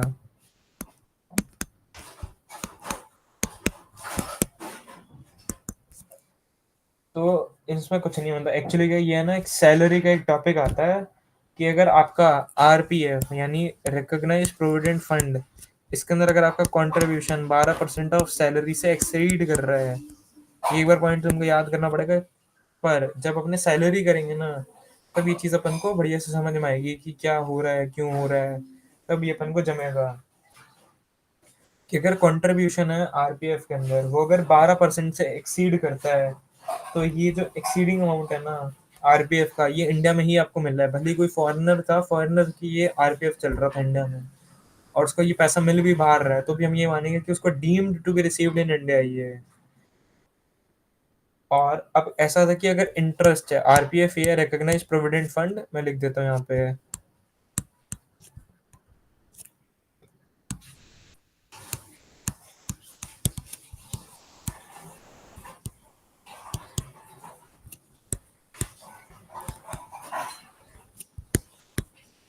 कि अगर कोई रिकॉग्नाइज प्रोविडेंट फंड है, अगर इसका इंटरेस्ट इनकम है ना वो 9.5% से एक्सीड करता है, किससे करता है, 9.5% से एक्सीड। ये समझो ब्याज मिल रहा है आपको 10%, तो ये जो 0.5 एक्स्ट्रा मिल रहा है ना, एक्स्ट्रा, ये एक्स्ट्रा आपका टैक्सेबल है। और टैक्सेबल कैसे है, ये टैक्सेबल आपका इंडियन इनकम बोल के है। अब क्यों है, कैसे, इसका सिंपल लॉजिक है कि सरकार नहीं चाहती कि आपको पीपीएफ, पब्लिक प्रोविडेंट फंड से ज्यादा इंटरेस्ट मिले। इसके लिए ला रखा है कि आप कोई भी मतलब रिकॉग्नाइज प्रोविडेंट फंड ऐसा होता है कि समझो मैं एक कंपनी हूँ, let suppose Adani Ambani private limited, ये मेरी कंपनी है। अब मैंने क्या किया, मेरे बहुत बड़ी कंपनी, मतलब इंडिया में सबसे बड़ी कंपनी मेरी है, पर प्राइवेट लिमिटेड कंपनी है। मैंने क्या किया, मैंने अपने एम्प्लॉयज के लिए पीपीएफ मतलब सरकार पे पैसा रखने की जगह पे मैंने अपना खुद का एक प्रोविडेंट फंड खोल दिया, एक बैंकर के साथ में। किस बैंक के साथ में, HDFC के साथ में मैंने अपना एक बैंक अकाउंट मतलब वो RPF अकाउंट खुलवा दिया मेरे एम्प्लॉइज का। HDFC बैंक की वो बोली, सर सर माई बाप, आपके पास इतने सारे एम्प्लॉइज हैं, उनकी सैलरी से आप मतलब RPF में पैसा डालिए, हम आपके एम्प्लॉइज को 10% देंगे रेट। मार्केट में 9.2 चल रहा है, हम आपको 10 देंगे। क्यों? क्यों? उनको पता है भाई वो 10 का पैसा है, वो उसको 18 पे ब्याज पे दे देंगे। उनको पता है अगर इतने सारे एम्प्लॉइज का अगर RPF का पैसा है, वो उसको बढ़िया 15 साल 20 साल उसको होल्ड करने मिलेगा, तो क्या दिक्कत है।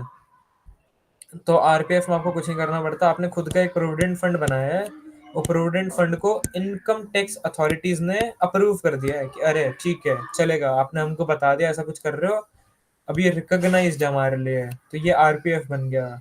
अगर समझो वो अथॉरिटी मना कर दे कि नहीं आप ऐसा काम नहीं कर सकते, हमको इसमें थोड़ा सा फिशी सा लग रहा है, कुछ स्कैम है, तो उसको URPF बना देता है, अनरिकॉग्नाइज्ड प्रोविडेंट फंड।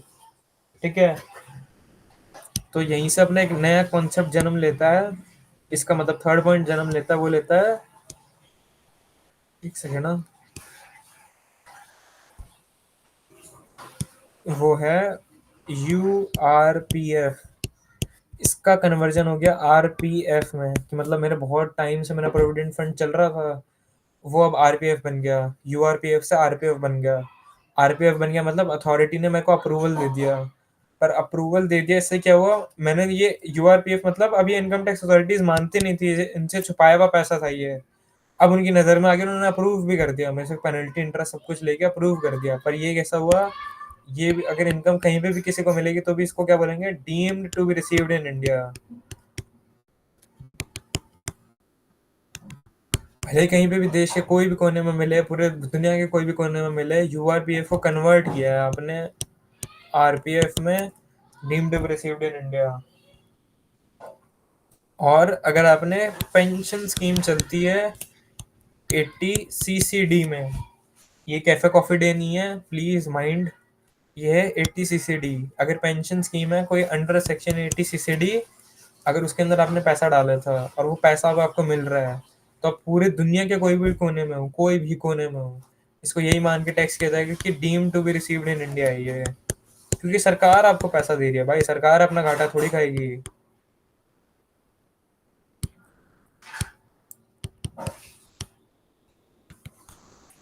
क्या तुम मेरे साथ हो?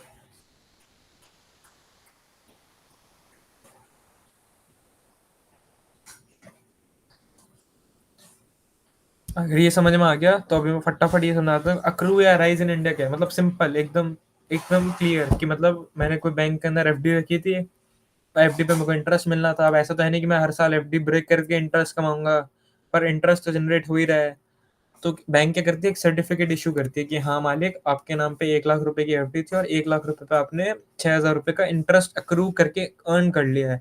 भले मेरे बैंक अकाउंट में हिट नहीं हुआ, बट वो कंपाउंड हुए जा रहा है, और वो इस साल की इनकम थी, उन्होंने ऐसा सर्टिफिकेट बना के दे दिया, और देते ही हर साल सबको मिलता है। तो वो क्या बोलते हैं, वो अक्रूड इंटरेस्ट है या अक्रूड इनकम है। वो ये बोलती है कि हाँ, अगर ये इंडियन बैंक अकाउंट में था या इंडिया में था, तो हम यही मान के चलेंगे कि वो इनकम अक्रूड या राइज इन इंडिया। एकदम सिंपल, इंडियन बैंक अकाउंट में था, इंडिया में ही मिल रहा है, इंडिया के ही बैंक था, मतलब सब कुछ ऐसा था। तो एकदम सिंपल, इनकम अक्रूड और राइज इन इंडिया। या फिर ऐसा था कि मैंने किसी को लोन दे रखा था, और लोन का ऐसा था कि मेरे को मार्च का इंटरेस्ट मिलना बाकी है। हर बार मेरे को मंथली इंटरेस्ट मिलता है कोई बॉन्ड ऐसे स्कीम में, पर अभी तक मिला नहीं है, पर मेरे को मिल जाएगा, अप्रैल में मिल जाएगा, पर वो है मार्च का पैसा। तो क्या है, वो इनकम अक्रूड या राइज इन इंडिया है, तो भी वो टैक्सेबल तो इंडिया में ही है। अब वो NRO ROR वो किसी के लिए भी हो, मतलब कोई भी अगर ऐसे स्कीम्स में इन्वेस्ट करेगा तो उसके लिए वो ऐसा है।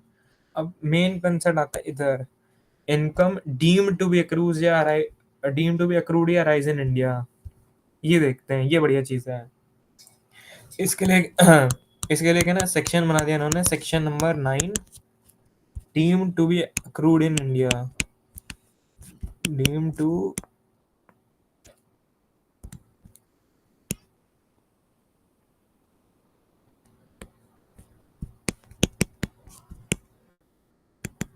Deem to accrue in India, simple एकदम।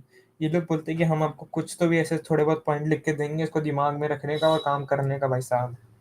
तो बोले पहला, अगर आपको सैलरी मिली है, सैलरी अर्नड इन इंडिया है। क्या है? Salary earn in India. Earn in India बोले तो मैं कोई नॉन रेजिडेंट हूँ, ठीक है, मैं हूँ यूएसए का आदमी, पर मैं काम कर रहा हूँ रिलायंस में। मैं काम कर रहा हूँ रिलायंस के अंदर। और कैसे, मतलब ऐसे इंडिया के अंदर, मतलब मैं रहता हूँ या फिर मतलब मैं कहीं पे भी रहता हूँ, पर मैं सर्विसेज इंडिया के मतलब रिलायंस को देता हूँ। वर्क फ्रॉम होम चल रहा है, समझो मेरा मेरा वर्क फ्रॉम होम चल रहा है। मैं चला गया सैन फ्रांसिस्को और मैं बढ़िया एकदम यूएसए के अंदर अपना टाइम बिता रहा हूँ, मस्ती कर रहा हूँ। और मैंने काम मैं इंडियन कंपनी के लिए कर रहा हूँ, जो इंडिया में एस्टेब्लिश है। मेरा जो रिपोर्टिंग वर्क है वो भी इंडिया में ही हो रहा है, और मेरे को सैलरी मिल रही है उस काम के लिए, क्योंकि मेरा वर्क फ्रॉम होम मैंने ले रखा था और मैं चला गया बाहर घूमने, कि मैं बाहर रहूंगा, वेकेशन मनाऊंगा, खूब पैसा मेरे पे, और सैलरी से काम करता रहूंगा। तो वो सैलरी अर्न इन इंडिया है ना, तो फिर वो टैक्सेबल भी इंडिया, यही मान के कि deem to accrue in India है। डीम टू अक्रू कैसे? ये जो पैसा मिला ना, ये मेरे को मेरे यूएसए के बैंक अकाउंट में मिला था, तो उससे मैटर नहीं करता। मैं जो सर्विस दे रहा था वो इंडियन कंपनी को दे रहा था, और मेरा जो मतलब ब्रांच थी सब कुछ इंडियन थी, तो मेरा कुछ मतलब लेना देना नहीं है बाहर से, बस मेरे बैंक अकाउंट बाहर था, उससे कोई लेना देना नहीं होता। फिर वो deem to accrue in India ही है। और अक्रू कैसे? मेरा कोई मतलब सैलरी आनी थी, जैसे मतलब अपने करते ही हैं कि salary is taxed on receipt और ड्यू बेसिस, तो ड्यू बेसिस पे उसको अपने टैक्स कर देंगे, ऐसा। अब second is salary by Indian government to Indian citizen. मतलब क्या ही तुच्छ बात है ये। Salary to Indian citizen by Indian government. अब समझ लेते हैं, अपने वो थे कोविल जी है, वो क्या करते, बाहर रहते, पाकिस्तान गए थे ऐसे जासूस बन के। अब भाई वो है तो क्या, इंडिया के मतलब इंडियन गवर्नमेंट के एम्प्लॉय, सीबीआई के आदमी। अब वो बाहर वहां पे रह रहे हैं कि एकदम ऐसे बाहर रह रहे हैं, आराम से अपना काम कर रहे हैं, जासूसी कर रहे हैं, पर पैसा कौन दे रहा है? Indian government. और मिल क्या रही है? सैलरी। और मिल कहाँ रही है? पाकिस्तान में है। तो क्या है वो, उसको भी अपने ये मान लेते हैं कि deem to accrue in India है, ठीक है। जैसे एम्बसी वाले होते हैं, वो थोड़ा ज्यादा हेक्टिक एग्जाम्पल हो गया, मान लेते हैं एम्बसी वाले हैं। क्या है एम्बसी? इंडियन एम्बसी पूरी दुनिया में है, हर जगह पे, हर कोने में, यूक्रेन में, रशिया में, चाइना के अंदर बीजिंग में, और यूएसए, दुबई, मतलब हर जगह पर इंडियन एम्बेसी है। इंडियन एम्बेसी के अंदर इंडियन लोग काम करते हैं, और वो सब के सब सरकार के एम्प्लॉय में है, मतलब सरकार के एम्प्लॉयमेंट में है, और इंडियन गवर्नमेंट उनको सैलरी देती है। अब वो मिल उनके दुबई के बैंक अकाउंट है, जहाँ जहाँ पे वो लोग रह रहे हैं वहीं के उन्होंने बैंक अकाउंट खोल रखे हैं, वो उनको दे रखे हैं, पैसे भी उनको वहीं मिलते हैं। पर इंडियन गवर्नमेंट कहती है अगर तुम मेरे एम्प्लॉय हो, मेरी वजह से तुम कमा रहे हो, मेरी ऑफिस में रह रहे हो, भले तुम्हारा देश दूसरा, तुम रेजिडेंट भी नहीं हो, तब भी हम ये मानेंगे तो इनकम जो है वो आपकी इंडियन इनकम है। हाँ जी, सही है।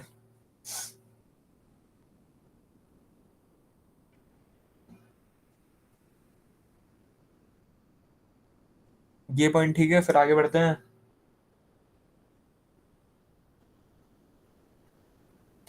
इसके अंदर है ना एक छोटा सा प्रोविजो है कि अगर ये है ना, सेम चीज अगर मिले फॉरेन सिटीजन को,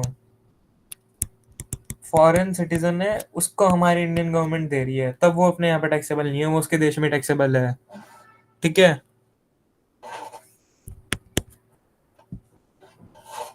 अब अपने थर्ड पॉइंट ले लेते हैं।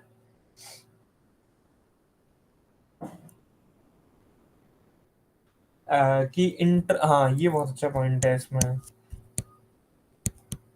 इंटरेस्ट, रॉयल्टी, या फिर एफ टी एस बोले तो मतलब कुछ टेक्निकल नो हाउ के लिए अपन अगर फॉरेनर्स को पेमेंट करते हैं तो इसका, एक सेकेंड ना, मेरे को थोड़ा सा डायग्राम बनवा दो।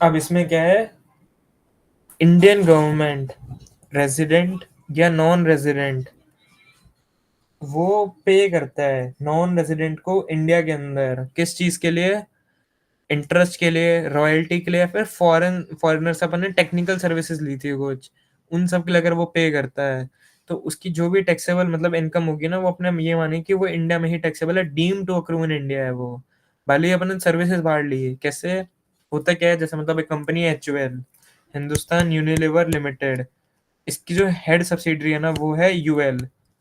यूएल सिचुएटेड है यूके में, यूएल इज यूनिलीवर लिमिटेड, और वो यूके में सिचुएटेड है। और HUL आज भी हमेशा 9% रॉयल्टी पे करता है यूएल को। 9% है कि अब क्या रेट है वो याद नहीं है, पर रॉयल्टी पे करता है, वो फिक्स है। और जैसे ITC, इंडियन टोबैको कंपनी, ये भी यूके की एक कंपनी है, उसको रॉयल्टी पे करता है, हर बार पे करता है। तो यही चीजों का ना टैक्स करने के लिए कि साले इन लोग को पकड़ो, ये साला अपना इंडिया का पैसा लेकर जा रहे हैं बाहर रॉयल्टी के फॉर्म में, क्योंकि डिविडेंड तो अपन ने पकड़ लिया। अब इन्होंने भाई होशियार लगाई कि डिविडेंड छोड़ हम रॉयल्टी पे कर रहे हैं, रॉयल्टी भी इन्होंने टैक्स कर दी कि इनको पकड़ो, इनके लिए ये इंडिया में ही टैक्सेबल है, कोई भी एक एक पाई चोरी नहीं होनी चाहिए। तो हर एक काम का इनका लॉजिक बनाया इन्होंने, इन्होंने क्यों किया है करके।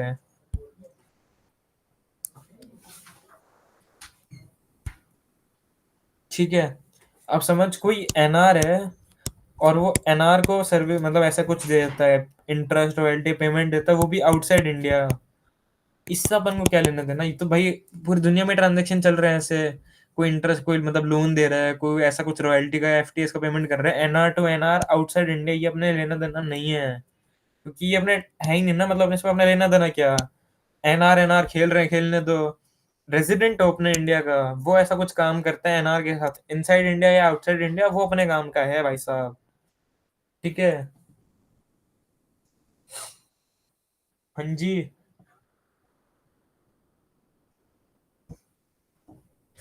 और एक चीज और एग्जाम थी कि NR है, वो NR को ही पैसा दे रहा है, मतलब जैसे ये है ना NR टू NR, ये पैसा दे रहा है इंडिया में ही दे रहा है, पर किसके लिए दे रहा है, बिजनेस पर्पसेस के लिए दे रहा है। समझो ये NR था, ये है स्टैंडर्ड चार्टेड बैंक, और ये है एक NR मतलब एक नॉर्मल नॉन रेसिडेंट आदमी है जैसे इमरान आलम, ये नॉर्मल आदमी है, इसने भाई लोन लिया था, अब लोन के लिए इंटरेस्ट दे रहा है, अब इस पे साले इनकम टैक्स थोड़ी मारता रहेगा ये। स्टैंडर्ड चार्टेड बैंक भी NR है, ये भी NR, और बिजनेस पर्पज के लिए लोन लिया था, भले इंडिया में लिया, अपने काम का नहीं है। और इतना डीप में तो भाई बीकॉम में आएगा भी नहीं, घुसना भी मत। ठीक है। और एक है ना, गिफ्ट ऑफ मनी अपने ले रहे हैं, कि मतलब अगर अपन को कुछ गिफ्ट मिला है, मतलब फोर्थ पॉइंट अपन ले रहे हैं कि कोई गिफ्ट मिला है अपन को, मनी, मनी का फॉर्म कुछ भी सकता है, चेक, कैश, FD, वो कुछ भी अपन को मिला है, और कैसे मिला है, रेजिडेंट टू नॉन रेजिडेंट में ही ट्रांसफर हुआ है गिफ्ट, तो ये भी टैक्सेबल है। और फिफ्थ पॉइंट मैं ले रहा हूँ कि कोई प्रॉपर्टी एसेट है वो NR को मिली है, property received by NR from R, ये भी टैक्सेबल रहेगा। और बिजनेस कनेक्शंस होते हैं कुछ, बिजनेस कनेक्शंस,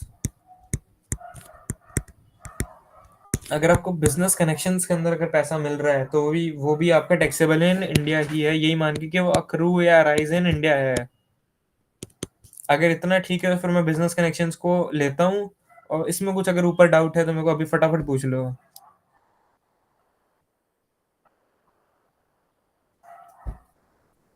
हेलो। सलोनी जी, सब ठीक है?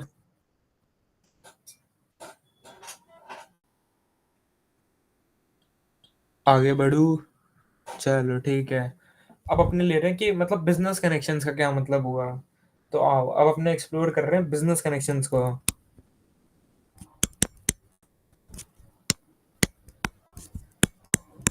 अगर मेरे को तुम 1 सेकंड दो ना, थोड़ा अपना काम आसान हो सकता है, मैं एक फोटो खींच के ग्रुप पे भी भेज देता हूँ और अपने लैपटॉप पे भी ले लेता हूँ, उससे क्या मेरे को लिखने की मेहनत बच जाएगी बहुत।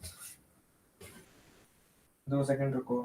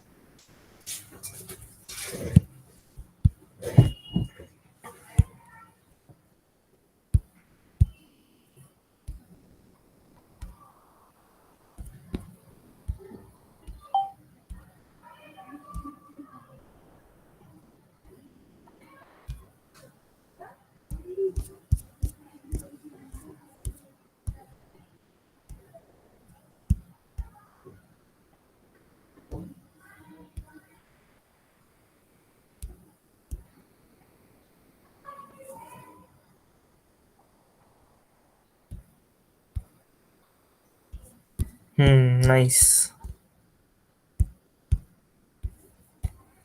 क्या स्क्रीन दिख रही है, और स्क्रीन पे वो पन्ना भी दिख रहा है। चलो नाइस नाइस नाइस नाइस। बढ़िया, क्या मेरी मेहनत बच गई ना, डायरेक्ट वो नोट ही आ गया। तो मैं पढ़ाने के बस, मेरे को एनोटेशन करना है।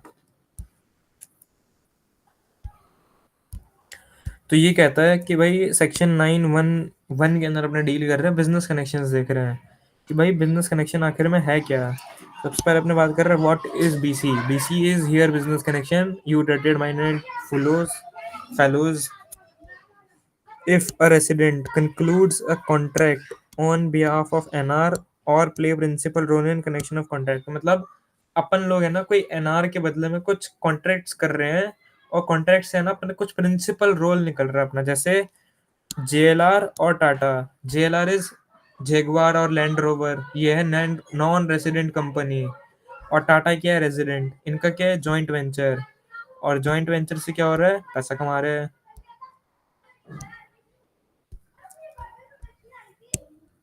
हम्म। एक सेकंड, मैं इमेज को एक बार बैकग्राउंड बना दूँ। नाइस। अब इसमें क्या है, ये जेएलआर की जो भी इनकम होगी ना वो टैक्सेबल हो जाएगी इंडिया के अंदर, क्योंकि आपने बिजनेस कनेक्शन बना लिया अपना एक। अब रेजिडेंट क्या करता है, मेंटेन करता है स्टॉक को।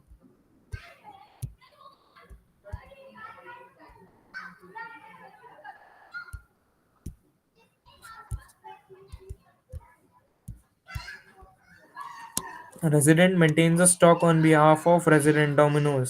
जैसे डोमिनोज के लिए, ये तो भाई साहब ये तो रियल एग्जांपल हो गया अपने उसके लिए, मिश्रा के लिए उसने तो पीपीटी बनाई थी इसके ऊपर कि भैया जुबिलेंट फूड वर्क्स करके एक रेजिडेंट है इंडिया का।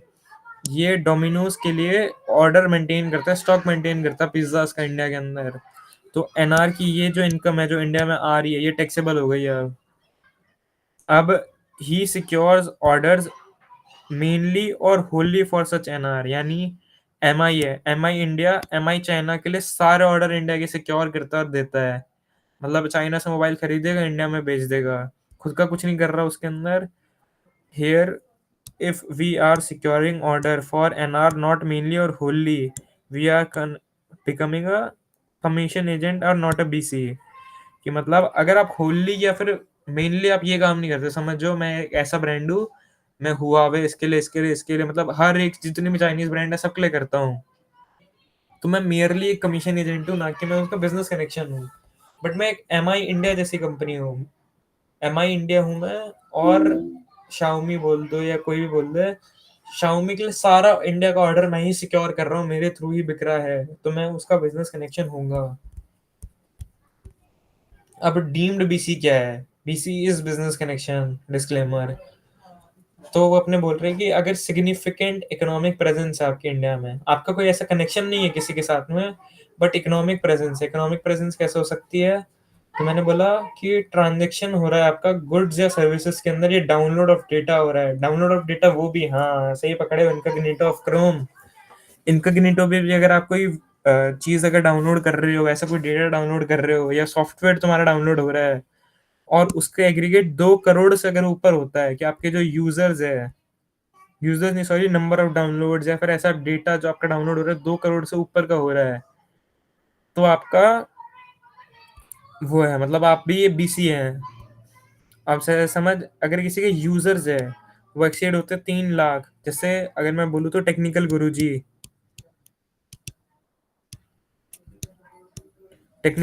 के 3 लाख से ज्यादा सब्सक्राइबर्स हैं इंडिया से। और इंडिया से एड इनकम जाती है टेक्निकल गुरुजी के पास दुबई में। तो इंडिया, ये जो इनकम है ना टेक्निकल गुरुजी के लिए टैक्सेबल है ये। वो मस्ती नहीं ले रहे इन पैसों पे। ठीक है। एक जो अपना वो एक जर्मन शेफर्ड है, जर्मन शेफर्ड की आधी ऑडियंस है बिलो 17 ईयर्स ऑफ एज, और इंडिया के अंदर है। भले वो जर्मन का कुत्ता जर्मन में बैठा है, पर भौंकता अगर इधर है, और इधर की ऑडियंस उसको देख रही है, उसको ऐड का रेवेन्यू आ रहा है, और 3 लाख से उसके ज्यादा सब्सक्राइबर्स है, तो वो भी बीसी है, बिजनेस कनेक्शन आई मीन। ठीक है। अब क्या चीज़ है नॉट अ बीसी, तो हमने बोला कि कुछ हमने गुड्स खरीदे हैं वापस एक्सपोर्ट करने के लिए, क्या ना टर्म होती है इंटरपोर्ट, कि भैया मैंने ना अभी चाइना से गुड्स मंगाए और हाथों हाथ अभी ये जा रहे हैं रशिया, ऐसा काम हुआ है। या फिर चाइना से मंगाया अभी जा रहा है यूएस से, बस अपने इंडिया इंटरमीडिएटरी है, बस मैंने खरीदे ही बेचने के लिए, मतलब मैंने इंपोर्ट किया एक्सपोर्ट करने के लिए, तो आपका कोई ऐसा बिजनेस कनेक्शन नहीं है भाई साहब। और कलेक्शन ऑफ न्यूज़, अब भाई अब वो है इंडियन न्यूज़ है, इंडियन न्यूज़ बाहर दिखाई जाती है, अब ये थोड़ी बोलते फिरेंगे कि नहीं भाई भाई ये तो इंडियन न्यूज़ है, इंडियन का कनेक्शन है, ये तो बीसी भाई, इसको भी टैक्स कर दो, जो वो कंपनी वहाँ पे पैसा कमा रही है अपना न्यूज़ दिखा के। तो ऐसे तो इंडिया वाले भी फॉरेन न्यूज़ दिखाते हैं, पर ऐसा नहीं होता। Collection of news in India is not a BC. Shooting of films, कि भैया कोई आए शूटर्स, मतलब अपने वो आए डायरेक्टर्स और आए, बड़ी भाई मूवी पूरी फिल्म की इंडिया के खेतों के अंदर, बड़ी एकदम शानदार सीनरी लिए और चले गए। तो शूटिंग करना ना वो कोई बिजनेस कनेक्शन नहीं है जब तक तुम उसको दिखा नहीं रहे इंडिया में। नॉट ए डिस्प्ले, मतलब आपकी जो मूवी है वो इंडिया में शो नहीं हो रही। अगर शो रही होगी तो फिर वो अपने देख लेंगे कि हाँ वो तो बिजनेस कनेक्शन है कि आपने बिजनेस कर लिया इंडिया में, पर आपने शो तो कुछ किया नहीं है, बस आप मूवी बना के लेके, तो वो कोई बिजनेस कनेक्शन नहीं है, आप मौज करो। ठीक है। और डिस्प्ले ऑफ अनकट और अनअसॉर्टेड डायमंड्स इन इंडिया, ये लाए हैं मोदी जी, ये सिर्फ मोदी जी लेकर आए हैं। मैं बताता हूँ क्यों। गुजरात के अंदर ना डायमंड हब है गुजरात, अगर किसी को पता हो तो। सूरत के अंदर एक पूरा डायमंड का वो है, अभी पूरा एक कॉर्पोरेट ऑफिस चालू हुआ है और इतना शानदार दिखता है। मैं अभी एक बार देखता हूँ, क्या मैं दिखा सकता हूँ।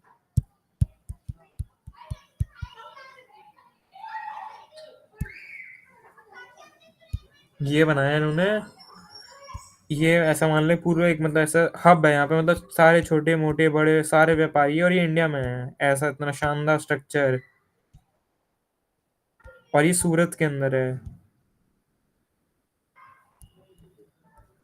ठीक है। तो अब ये क्या है, अपने बोल रहे हैं कि भाई मोदी जी लेकर आए गुजरात के डायमंड मर्चेंट्स का खुश होने के लिए, क्योंकि होता क्या है अपने यहाँ पे जो है ना साउथ अफ्रीका से मर्चेंट आते हैं गुजरात के अंदर, और यहाँ पे ये लोग करते हैं डिस्प्ले, क्या करते हैं सिर्फ एग्जीबिशन करते हैं ये लोग डायमंड्स का।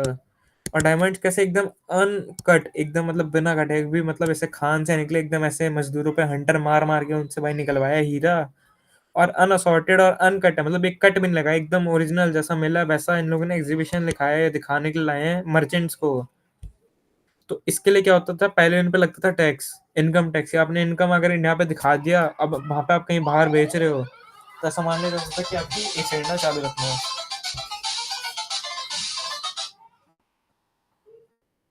एक सेकंड तुम लोग चालू रखना, तुम लोग 5 मिनट ब्रेक लो, मेरा टिफिन आया मैं वो लेकर आया।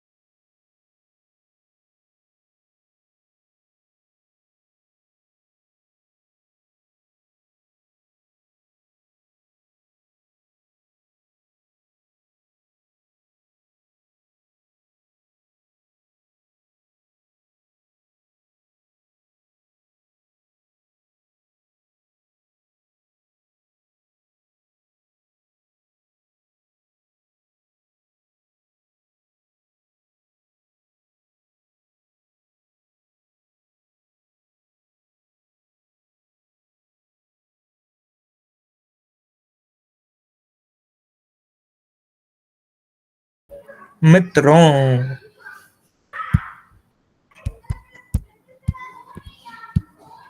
क्या तुम मेरे साथ हो? हेलो, ठीक है, सब लोग साथ है, बहुत बढ़िया बात है। सबका साथ सबका विकास। अपने बात कर रहे थे एग्जीबिशंस पे कि मतलब इन पे फिर क्या है कि अब तुमने यहाँ पे गए इंडिया में, तुमने डायमंड्स दिखाए, उनको दुबई के मर्चेंट को बेच दिए। अब इसमें इन लोगों के होने क्या लगा कि मतलब अब हमने तो बस वहां पे दिखाया था, वो दुबई की शेप को पसंद आ गया। अब हम साउथ अफ्रीका आया, वो हमको फोन करके बोल रहे हैं कि भाई मेरे को चाहिए। अब वो क्या होता है, ये लोग बोलते हैं कि नहीं, आपका बिजनेस कनेक्शन बन गया इंडिया से, अब वो आपकी इनकम है। और अब इन लोगों ने क्या किया, फिर ऐसे इंडिया आना ही छोड़ दिया। बोले नहीं यार, ये तो गलत हो रहा है अपने साथ में। अपने ये गुजरात के डायमंड मर्चेंट्स कुछ नहीं है। एक काम करो, डिस्प्ले पे अगर सिर्फ डिस्प्ले हो रहा है ना, कि तुम सिर्फ आ रहे हो, दिखा रहे हो, दिखाने पे तुम्हारा कोई मतलब प्रतिबंध नहीं है। वो तो इंस्टाग्राम बंद नहीं कर पा रहा दिखाना, तो कि अगर आप आते हो और कुछ दिखाते हो और चले जाते हो, तो कौन रोक रहा है आपको? करो। दिखा के अगर बेच रहे हो, तब आएंगे आपको पकड़ने के लिए, इंस्टाग्राम वाले भी और वो भी। बेचना अलाउड नहीं है, ठीक है। और अब अपने बात कर रहे हैं, if SSC is declared as BC, only the income arising from India is taxable. ये बहुत अच्छा नोट है, इसको देख लेना, फोटो ग्रुप में शेयर है, ठीक है।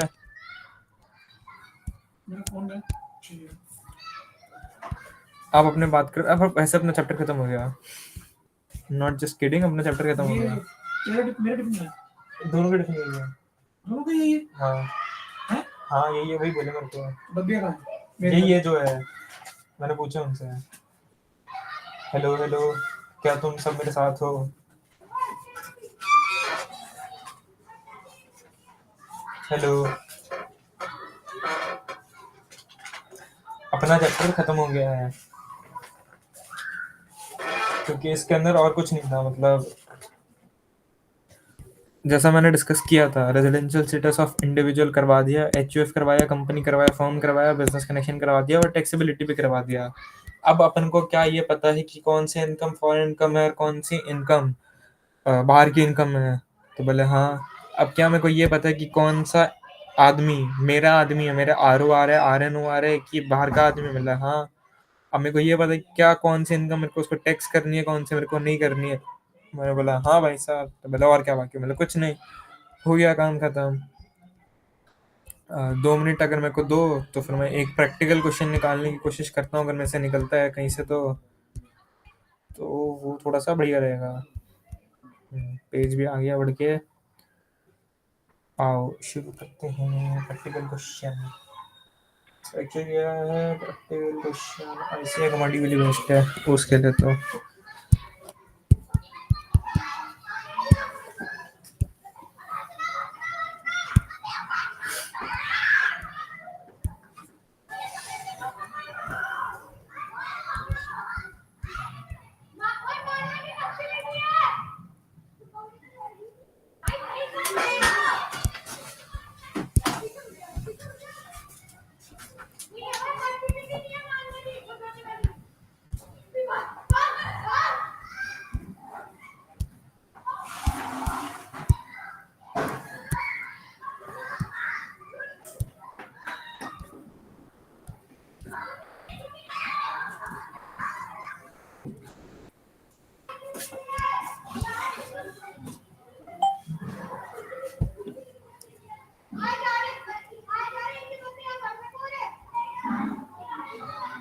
अरे नहीं रे, ये तो बहुत चिंदी क्वेश्चन है बे। ये थोड़ी करवाऊंगा बस,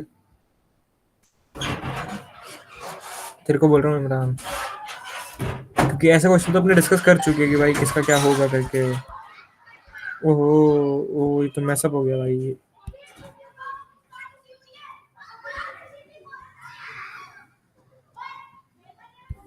एक सेकंड रुकना, इसको भी सॉर्ट कर, एक सेकंड बस।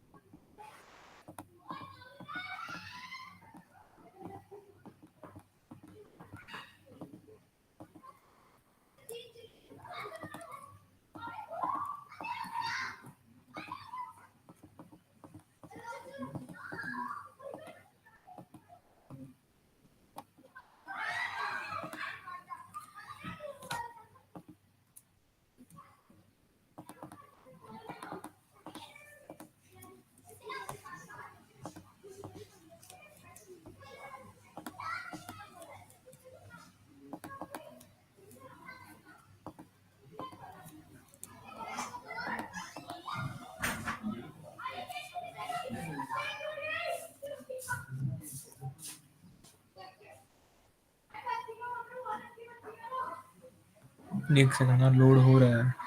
हाँ, ये बढ़िया था क्वेश्चन।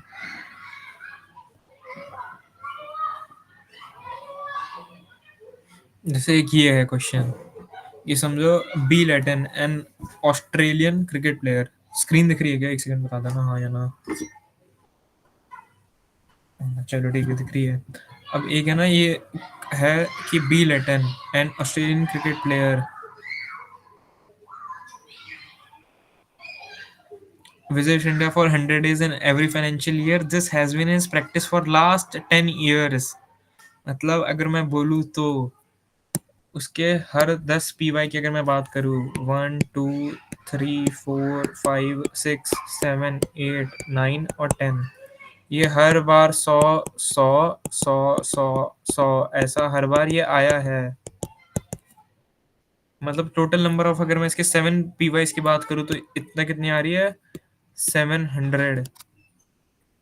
जबकि मेरे को कितनी चाहिए थी? 730। तो इतना तो मेरे को क्लियर है कि एन आर ओ आर तो है। मतलब अगर मैं ऐसे बोलूँ कि मेरे को पता है, मेरे को रेजिडेंट देखना चाहिए था, अगर मैं डायरेक्ट ऐसे देखूँ तो ये एन आर ओ आर तो है। अगर मेरे को अगर ऐसे डायरेक्ट भी देखना हो तो फिर ये मतलब आर ओ आर तो नहीं हो सकता। इतना तो मेरे दिमाग में क्लियर है इस चीज़ को लेके। Find out his residential status for assessment year 25-26। ये सबसे बढ़िया चीज़ है। ए वाई 25-26 यानी पी वाई 24-25। तो मैंने बोला पहले कि ये फर्स्ट ईयर की अगर मैं बात करूँ तो ये 100, इसमें ये तो है।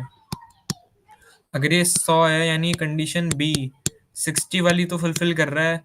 अब मेरे को देखना है क्या ये 365 डेज लेगा 4 सालों में। तो मैंने बोला 1 2 3 और 4, 4 साल मिला के 400 तो हो गए। तो ये इस साल रेजिडेंट तो है। क्या तुम मेरे साथ हो? तो ये इस साल वो तो है रेजिडेंट, है ना। अब रेजिडेंट देखने के बाद में मेरे पास सी की कंडीशन मेरे को देखनी है, ए प्लस बी, आर या आर एन ओ आर वाली।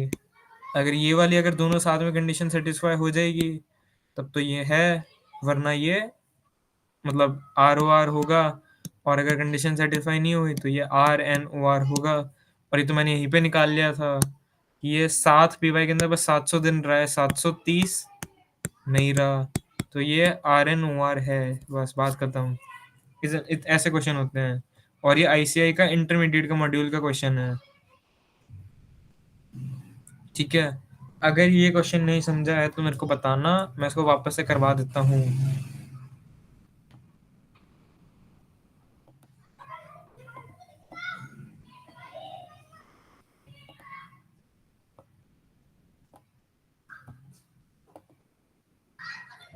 मतलब और अब ये पूछ रहा है, एक सेकंड ना, सॉरी।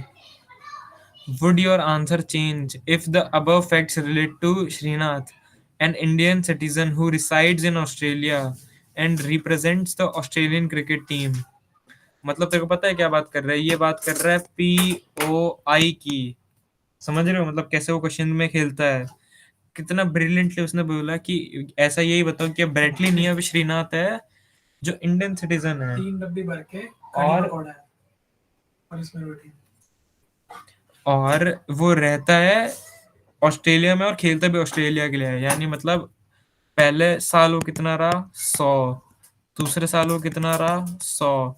इनकम नहीं दी हुई तो मैं यही मान रहा हूँ कि वो है ना 120 दिन वाली कैटेगरी के अंदर नहीं आ रहा। मतलब उसकी इनकम मतलब अपने देख रहे कि 182 डेज वाली अपने कंडीशन लगा रहे हैं इसमें, क्योंकि मेरे को इनकम नहीं दी कि कितना कमा रहा है करके। तो मैं 182 डेज भी अज्यूम करूँ तो इसमें ही फेल हो गया ये।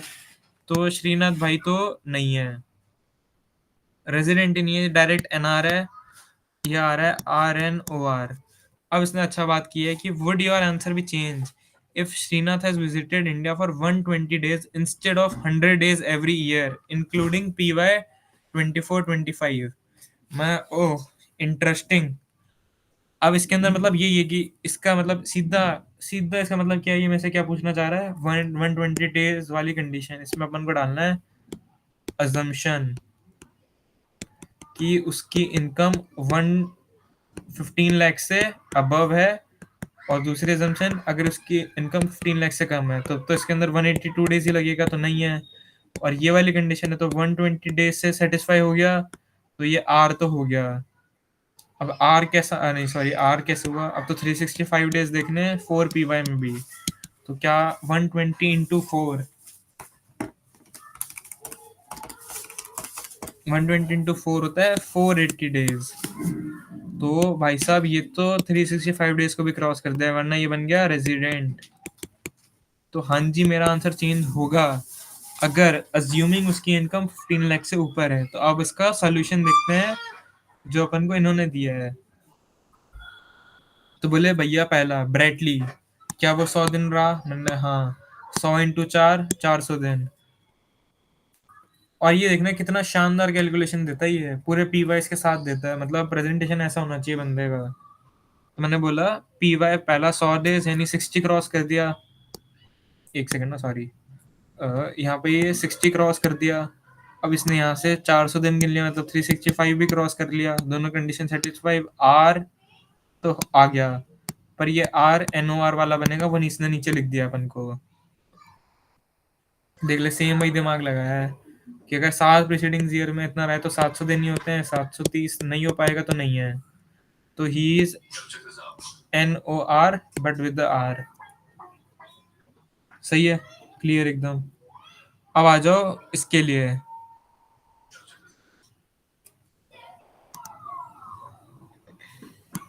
हाँ ये तो अपन ने लिख चुके हैं एकदम। If Srinath, an Indian citizen who resides in India, come to visit India, started as respective is less than 120 days. Simple, मतलब इसने एकदम ऐसे बकवास ही नहीं करी, इसने सीधा बोल दिया in the above fact she, एक सेकंड ना, हाँ, residing in India comes to visit India, he would treated as non-resident irrespective of his total income, excluding from foreign sources, since his stay in India in current year is any case is less than 120 days. याद है मैंने बोला था कि 120 दिन और 182 days, इसके तो दोनों में फॉल नहीं हो रहे क्योंकि 100 पे है। तो इसने मतलब डायरेक्ट इसका घुमा फिरा के इसने लॉ की लैंग्वेज में ये लिखा है कि भैया वो 100 दिन ही रहा है ना, वो 182 डेज मीट कर सकता है ना वो 120 दिन मीट कर सकता है। इनकम तो कंसीडर ही मत करो इसकी, ये यहीं पे ये लाइन लिखी है, इररिस्पेक्टिव ऑफ टोटल इनकम। इसका गेम यहाँ है, irrespective of his total income. आप बस टोटल इनकम मत देखो भाई साहब, आप ये देखो कि वो करवा क्या रहा है तुमसे। अब फिर वो बोलता है कि in case Srikanth total income excluding income from foreign sources in exceeds 15 lakh rupees, he would be treated as resident but not ordinary resident. मतलब आर एन ओ आर बना देंगे हम उसको अगर वो पी वाई के अंदर 120 दिन रहता है, बट अगर उसकी अगर इनकम एक्सीड नहीं होती तो अपने उसको मना कर देंगे कि नहीं नहीं सॉरी, आपसे हमारा क्या काम है। बस वही, मतलब जैसे एग्जैक्ट जो मैंने लिखा कि अगर 15 लाख से अगर उसकी इनकम कम है, इंडियन इनकम अगर उसकी 15 लाख से कम है तो 182 डेज वाला लगेगा, तो ये नहीं है नॉन रेसिडेंट। और अगर 120 डेज है और 15 लाख से भी ऊपर है तो ये रेजिडेंट है भाई साहब। ये अजम्पशन पे खेला था पूरा। क्या ये क्वेश्चन तुमको क्लियर है?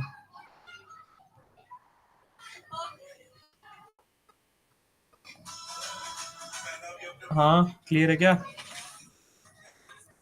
कोई डाउट है इसमें?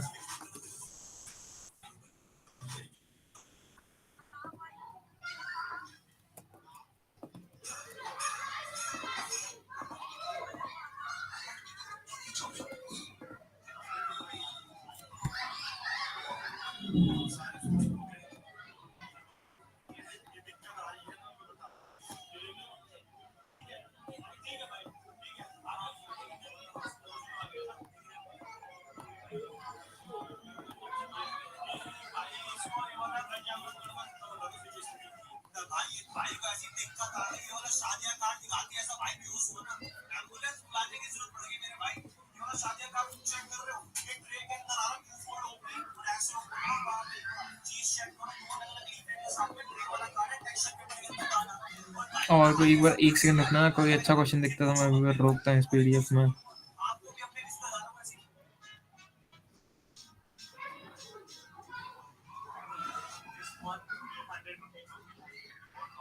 हाँ ये मतलब वही टेबल थी जो अपने डिस्कस कर चुके हैं, कौन सी इनकम टैक्सेबल होगी कौन सी नहीं होगी। हाँ, ये अच्छा क्वेश्चन है, इसको करेंगे।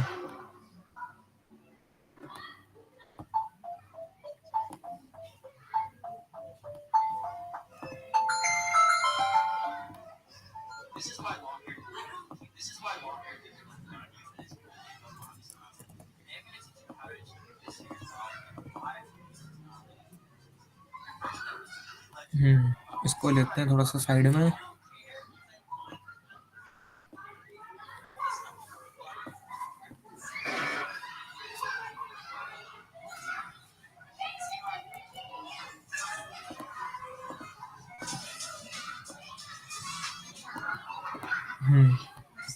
ये दिख रहा है क्या क्वेश्चन? ये तो इसका सिर्फ सॉल्यूशन है। शिट हो गया। मतलब अपन को ना, मतलब ऐसे कुछ है ना क्वेश्चंस मिलते हैं जिसके अंदर अपन को ऐसे मतलब अनसॉर्टेड अपन को वो मिलेगा कि भैया ऐसे तुमको पर्टिकुलर दे रखा है, अलग अलग अलग अलग आपको इनकम आ रही है, आपको ये बताना है कि इस केस में क्या होगा, इस केस में क्या होगा और इस केस में क्या होगा, ऐसा क्वेश्चन आता है। तो पहले अपने डायरेक्ट ये देखते हैं, उस साइड को छोड़ के। Short term capital gains on sale of shares of an Indian company received in Germany. Indian company के शेयर्स थे, यानी इनकम अराइजिंग फ्रॉम इंडिया हो रहा है। तो कोई भी केस हो, आर का केस हो, आर एन ओ आर का केस हो या एन आर का केस हो, सब में टैक्सेबल होगा, भले ही जर्मनी में मिल रहा है, इरिस्पेक्टिव ऑफ द फैक्ट। ये देखो, इनकम सब में दे दी। अब आओ, dividend from Japanese company received in Japan.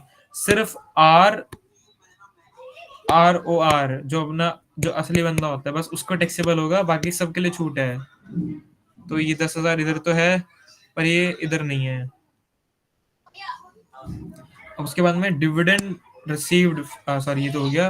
Rent from property in London deposited in bank in London, यानी ये अपनी जो इनकम है ना, ये होगी फॉरेन इनकम है ये, क्योंकि इंडियन इनकम नहीं है ना, इंडिया में रिसीव हो रही है ना, इंडिया की प्रॉपर्टी से राइज हो रही है ना, रिसीव्ड इन इंडिया है।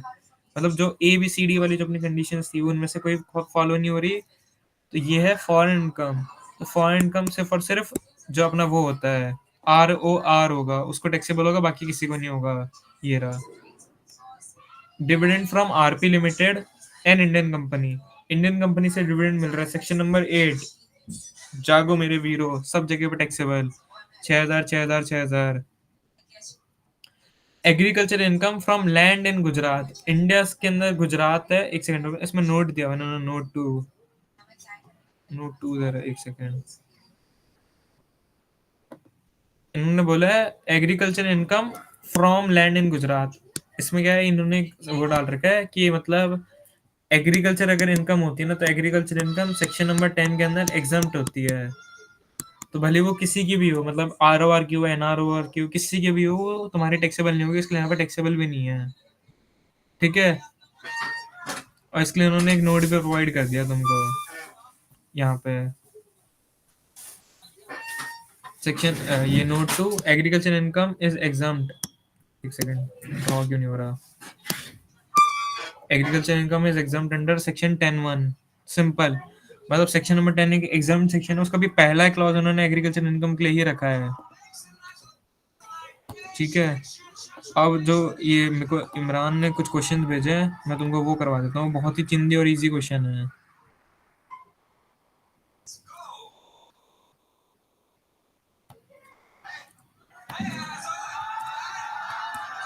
और अगर तुमको चाहिए तो आईएसआई की वेबसाइट से पीडीएफ डाउनलोड कर लेना और क्वेश्चन सॉल्व कर लेना, मजा आ जाएगा तुम लोग। एक सेकंड ना, ये देखते हैं टेस्ट योर नॉलेज की question. Mister Ram, Indian citizen, left India. हाँ ये ले भाई इमरान, तेरा क्वेश्चन आ गया डेट कैलकुलेशंस वाला, कि भैया 22 सितंबर कितना है, 22 सितंबर 2024 को जा रहा है, sorry, for the first time work as an officer of a company in Germany. Left India है ना, इस दिन ये चला गया। और जब भी कोई आदमी एम्प्लॉयमेंट के लिए अगर बाहर जाता है तो उस पर कौन सा केस लगता है, 182 डेज वाला। क्या तुम्हें याद है? हाँ कि ना, बोलिए। हेलो भाई, कोई तो बोल दो। ठीक है, तो 182 डेज वाला यहाँ पे अपन को कॉन्सेप्ट गिनना, अपन को बस कुछ नहीं करना, अपन को दिन गिनना है। तो एक काम करो, एक सेकंड रुकना, मैं तुमको बढ़िया तरीका बता देता हूँ इसके लिए।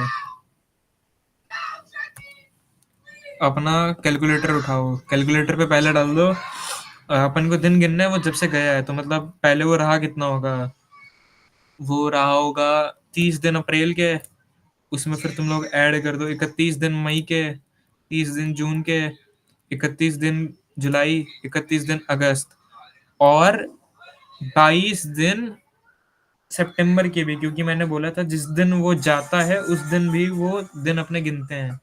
तो ये आ गया 175, मतलब नहीं है, वो इंडिया में रहा था, स्टे है उसका 175 डेज का, इसके लिए वो नहीं है, सिंपल। ठीक है, एकदम बीकॉम लेवल क्वेश्चन आ सकता है, बहुत इजी, मतलब क्या ही मतलब फर्क पड़ता है, ये इतना इजी है ये, है ना।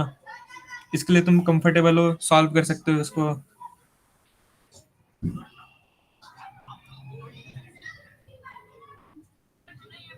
हाँ जी, चलो ठीक है, मतलब अगर इस चीज पे कंफर्टेबल हो, मतलब आपने अपन बीकॉम टॉप कर चुके हैं। अब ये है mister day, residing in US since 1990, मतलब ये मेरे को बैकग्राउंड दे रहा है कि भाई इसके पास